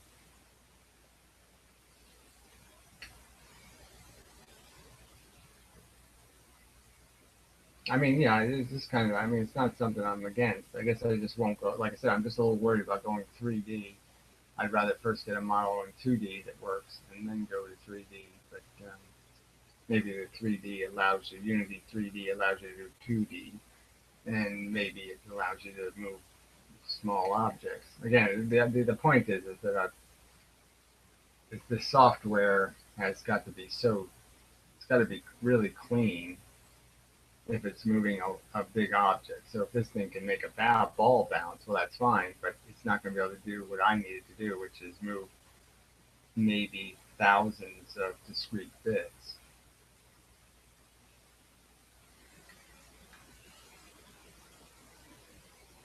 Yeah, well, my whole life has been stress. I mean, I think stress is actually good for people. They always talk about stress killing people. No, it only kills people who are going to die anyway, right?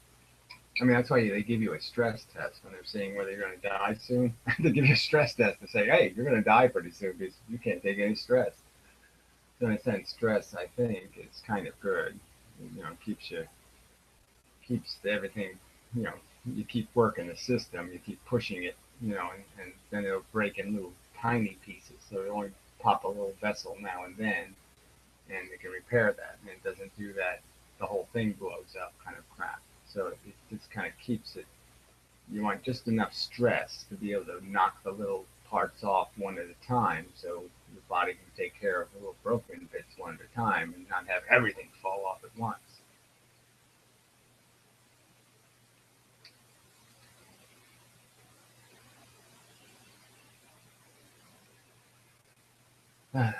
I mean, the guy said, I hope you're not overworking yourself. So I just, should read the questions. I mean, the statements. I mean, it's a nice hope. But, yeah, who knows? Who knows what over is? I mean, I did have a stroke 15 years ago when I was doing some lawyering work, fighting the system.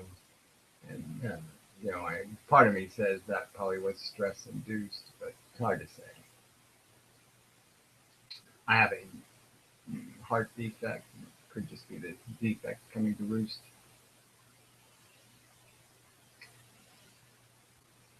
No subsequent problems, so that's good. So that sort of statistically, I like statistics. Some statistics are interesting. For strokes, if you if you have a stroke and then you go 10 years without having a stroke, your odds of having another stroke are the same as the general population again. So you go back to a general population risk, which is sort of interesting. So, I mean, there are strokes that are phenomenally aberrant strokes, and ones that are not very regular. So, I probably just had one of those.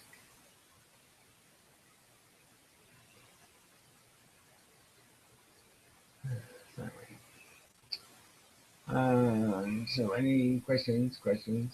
So I'll take a question in the form of a question. Just a question in the form of a question. That would be pretty cool.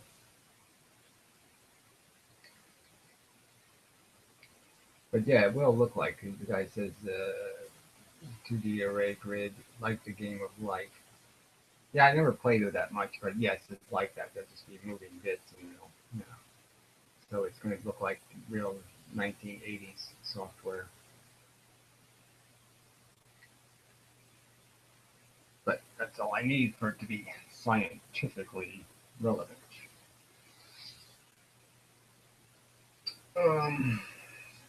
I mean, I like old video games actually. Asteroids is kind of like arrows. I should make a video game called Arrows. Yeah. Little quanta arrows. That's all there are. Really is amazing to contemplate just the idea that it's just clothes that arrows are wearing, and the clothes stay behind.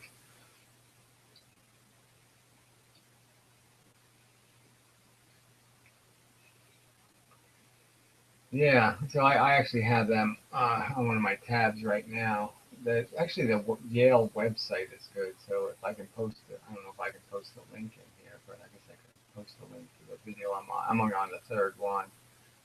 The guy is wrong about a lot of stuff, obviously, from my opinion. But I like this guy. He talks. I mean, demonstrations are nice and experiments, but they do consume an awful lot of time in a lecture. They waste an awful lot of time on the demonstration, blah blah blah. And it's all kind of visually interesting, but it's kind of like dead space in the sense that I really don't need to see it to understand it conceptually. So in that sense, I have a preference. What the hell happened to the live room here? It's gone. And it's still there it is. Back. Yeah, I thought somebody asked a question about the Yale lecture. Oh, there they are. Our Yale lecture was good. Yeah, okay. There's a game optimized fill with these things. Optimized to fill with these things. The game engine. Yeah. Well, like I said, I might have more overhead than I need. That's all I'm arguing. I'm saying I won't try looking at it, but I'll see how much of a learning curve it is, and I'll decide, I guess. So I shall accept. I will copy the Unity 3D and place it appropriately in some document, and then I'll have it as a reminder to go do some research on Unity 3D.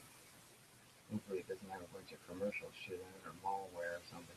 So anyway, these are the physics lectures on the actual Yale website, which I find a little more pleasant than YouTube actually. And the quality is quite adequate. And yeah, So that's lecture 4. You can go back and forward. And, yeah, I just, it's good to watch stuff off of YouTube. It's not as good a video player. It's a lot of things, But anyway, I just think it also, it tells you a little bit about what the lecture is about, which is good too. So then there's PDF files to get the actual mathematics if you want it and all that kind of stuff. So it has some value.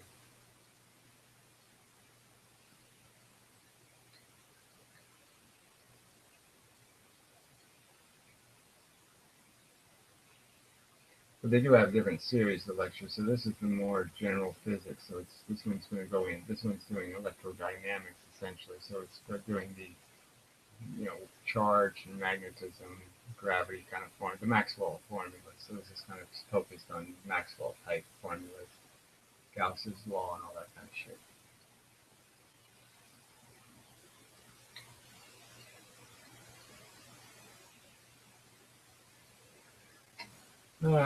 Yeah, well, YouTube is. I'm disappointed because I'm not getting anything from anybody. Everybody's such a coward. So my regular channel, the Amendum channel, nobody makes any videos responding to anything. And I can't provoke a fight with anybody. Can't get anybody to man up anywhere. And the same is sort of true here. Can't find somebody bald anywhere.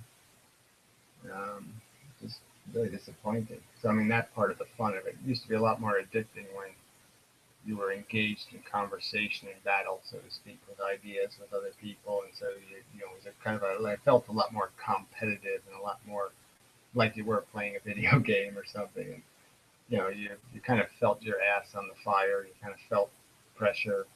And now there's I don't make as many videos because part of me doesn't even feel the pressure to do it anymore. I don't it's just kind of irritating. It's kind of lost its.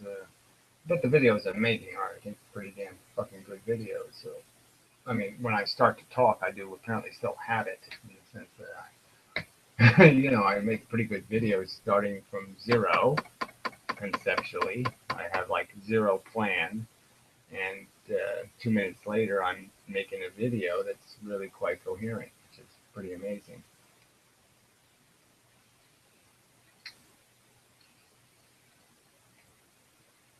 At least that's how I see it. The videos I've made in the last 2 months on the Amendum channel, I think they've all been quality shit.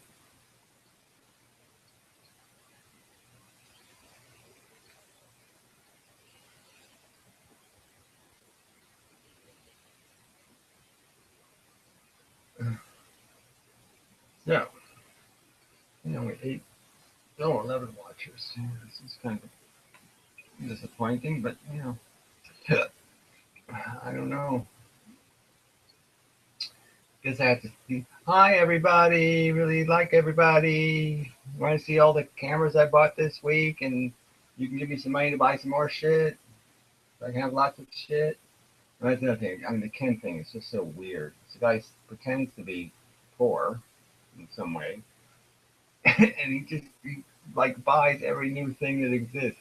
Just bought an Apple computer, like a $5,000 Apple computer. All these new cameras come out, he has one. Every lens in the universe, he has it. He doesn't even seem to be a working photographer, so he has all this shit that he can't possibly be using to do anything with. And when he does take pictures, they're pictures of shit. I just don't get it.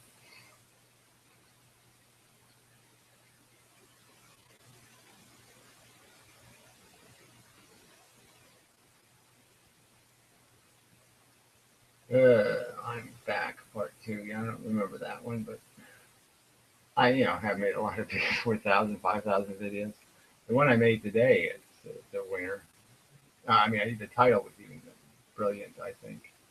If I can smell your asshole, don't tell me you can't smell it. Yeah, it's a great title. Just meaning that, metaphorically, if I can see that you're an asshole, you should be able to see that you're an asshole.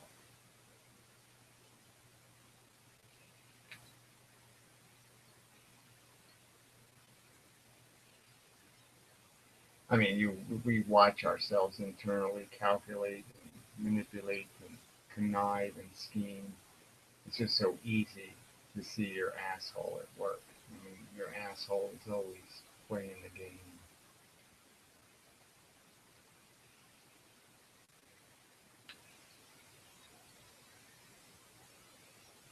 I guess the I'm back, that was somebody, it was a regarding video, so I guess that was somebody else was back.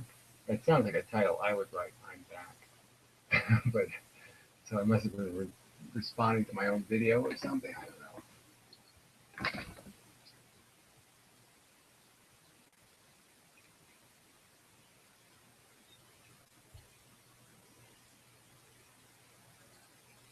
But who knows?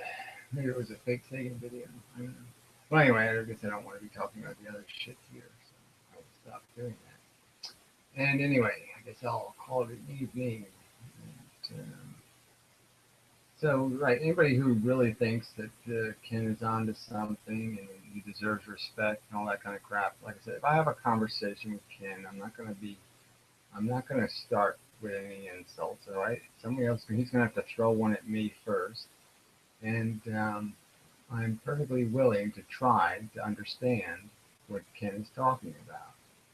And so bring it on. I mean, come on. You know, find somebody to man up and defend your electric universe crap.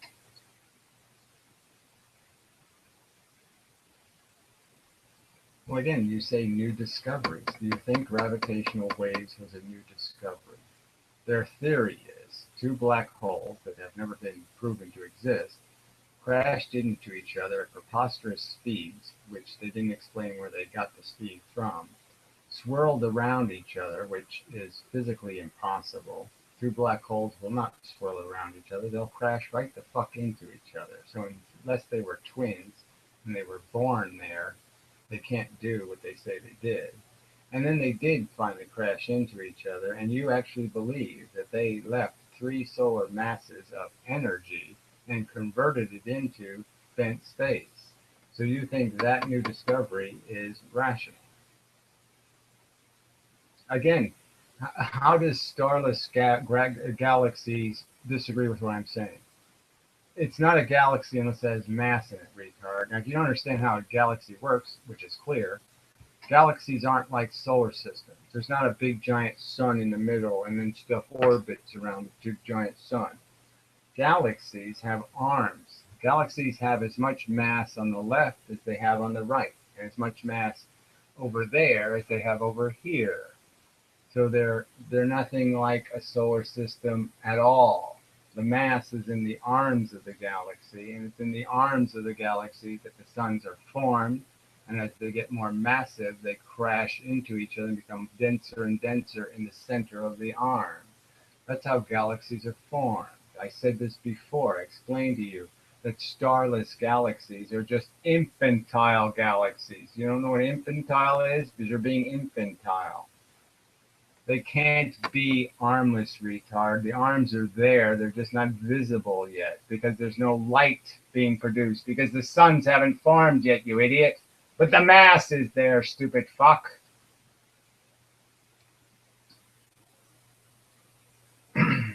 Okay, there's no point. You're obviously an idiot. Okay, that's all that can be said. You're going to force me to waste my time to go look at an image of a armless galaxy taken in what radiation? Okay, they obviously can't see it because it's not reflecting light and it's not producing light, so you can't see it, asshole. You can only see it by what kind of energy it's producing. And obviously a gas cloud is going to just produce a lot of X-rays, and these X-rays are going to be reflecting off the mass in the substance, so you're not going to see a lot of detail. So it's going to be like looking at an infrared image of whatever, your ass. You're barely going to see the crack.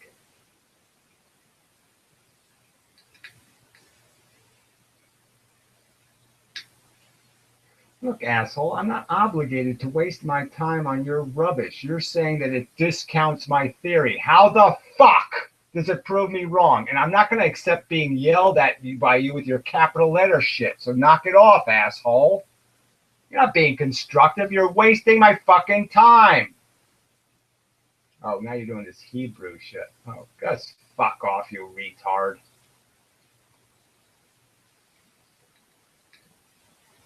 Yeah.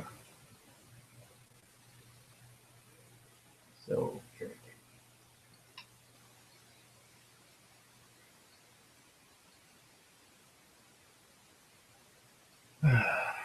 I just love it. People say, there's this new experiment that proves you wrong. Well, how does it prove you wrong? What the fuck does the existence of a armless galaxy, how does that prove that gravity isn't a particle force?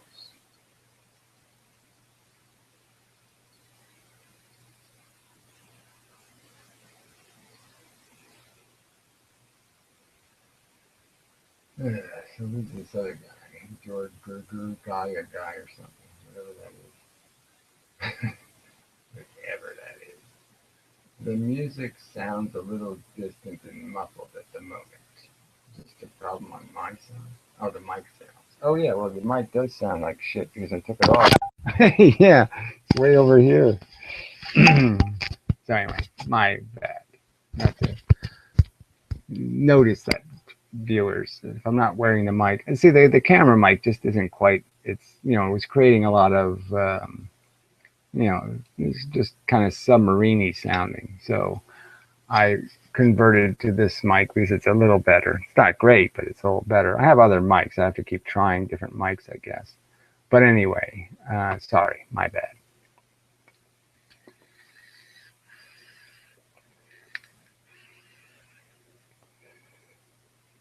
I don't know why. Oh, I took the mic off to go check the raccoon. So, yeah, sorry about the sound being shitty. My bad. It's okay because I was yelling at some asshole anyway. Oh, moose and nigger. This is, that's just so clever. I mean, just start a sentence that way. Man, you're such a winner.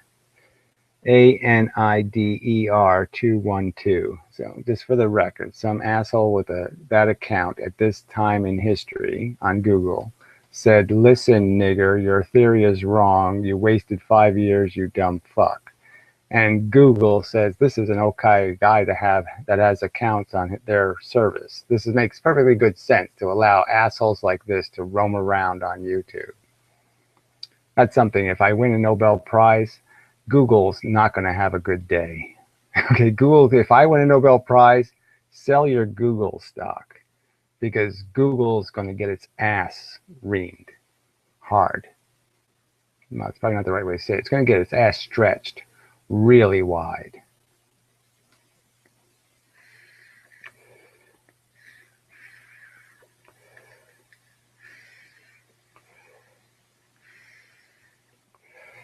I mean, the dysfunctionality of this website is just insane. No excuse for, these are supposed to be smart people that work at Google, right? High IQs. And they're not smart enough to figure out that somebody shouldn't go into my room and mute me. They can't figure out that that's not a function. That's a dysfunction.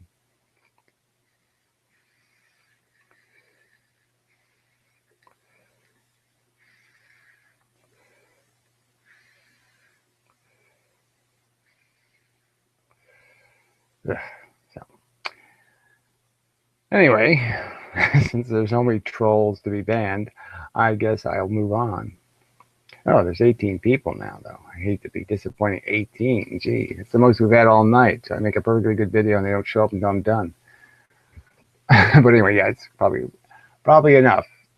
2 hours, that's enough. I don't want to be preposterous about it.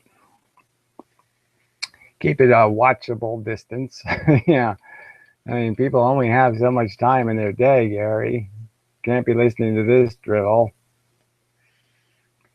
But they could play it fast. They could just speed it up on YouTube. That's the one good thing about YouTube is you can speed up videos now. Okay, question. Go ahead. DXL Studios. What do you think about YouTube heroes? I don't even know what a YouTube hero is, but I obviously probably don't think anything they call a hero or a hero.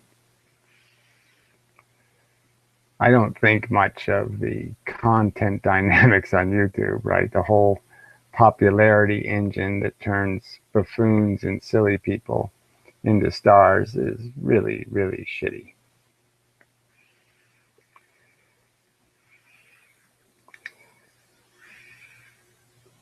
I mean, it used to be bad, but it just got so much worse, right? They took away all the features that allowed us to see who was where in the standings and to, understand where the hierarchy was. And yeah, there was people who made good videos and people who made shitty videos, and that was all obvious, but you could see it all. And you could also help rate people up who are not getting appreciated, and you could see it all. And you can't see anything anymore.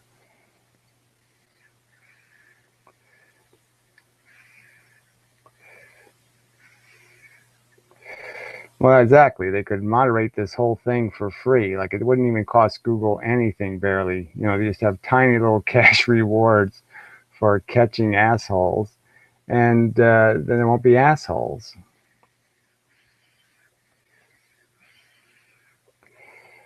I mean, frankly, I don't understand how this system works because they won't allow me to make more than one. I mean, I have to have a phone number for every account, and so once you have three accounts, they don't let you use the same phone number anymore.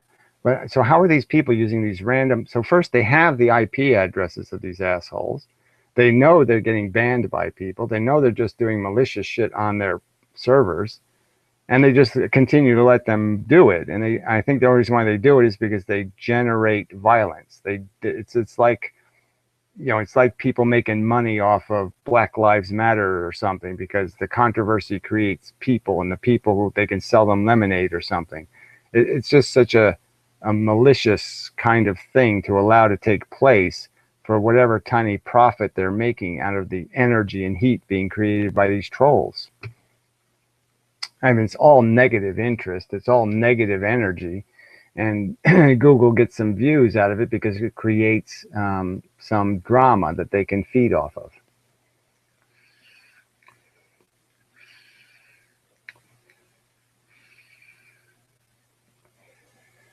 I don't know if that The Economist has much relevance here, but I haven't read The Economist in probably 2 years. I mean, you read an article now and then because somebody points to it or something, but frankly, most economists don't know shit about the economy. They don't understand. They don't understand that the FDIC insurance is they've insured $7 trillion worth of junk bonds. They don't understand that the Fed has $4 trillion of borrowed money in the Fed accounts. They don't understand shit.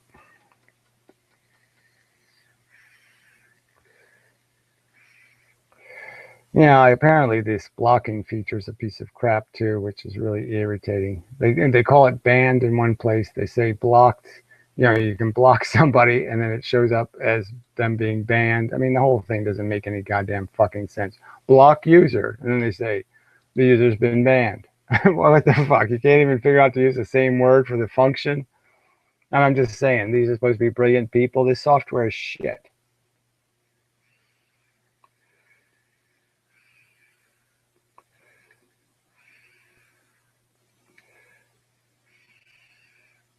Well, I'm just saying it.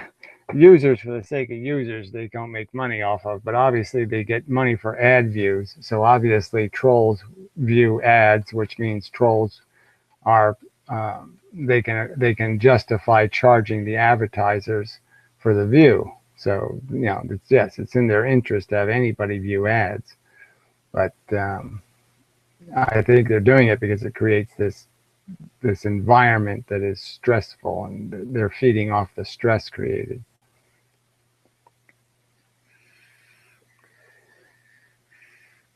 Yeah, well, obviously, I don't think much of the Google hires the greatest minds in the West. I think they're obviously flawed minds if they can't figure out how much is wrong with the product they're working for. It's an advertising company, for fuck's sake, and that's all it is. It's a marketing company that sidelines in search engines. and it does sideline. It shows me a different internet than it shows you now. I mean, Google is a fraud as a search engine. There's no honesty in it at all. It sits there because somebody uses my account. I got let somebody use my account, and they did some eBay shopping, and all of a sudden now my ads are controlled by what they bought on eBay. I mean, and then I go make a Google search, and the first results are somehow related to Easter eggs because somebody searched for Easter eggs on my computer. I mean, fuck Google in the ass. So we obviously have a different definition of a great mind, and obviously somebody who has the Black Cox Matters screen name probably can't comprehend that.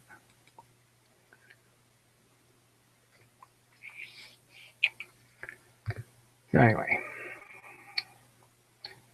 yeah, fortunately I've only seen a couple of PewDiePie icons, but they have showed up in my recommended thing. That is irritating. Quite irritating. But anyway, all right. So I said I was leaving and I didn't do it. So I guess I'll do it now. I have to go stew some tomatoes and whatnot. So much to do. So few me's to do it. Such.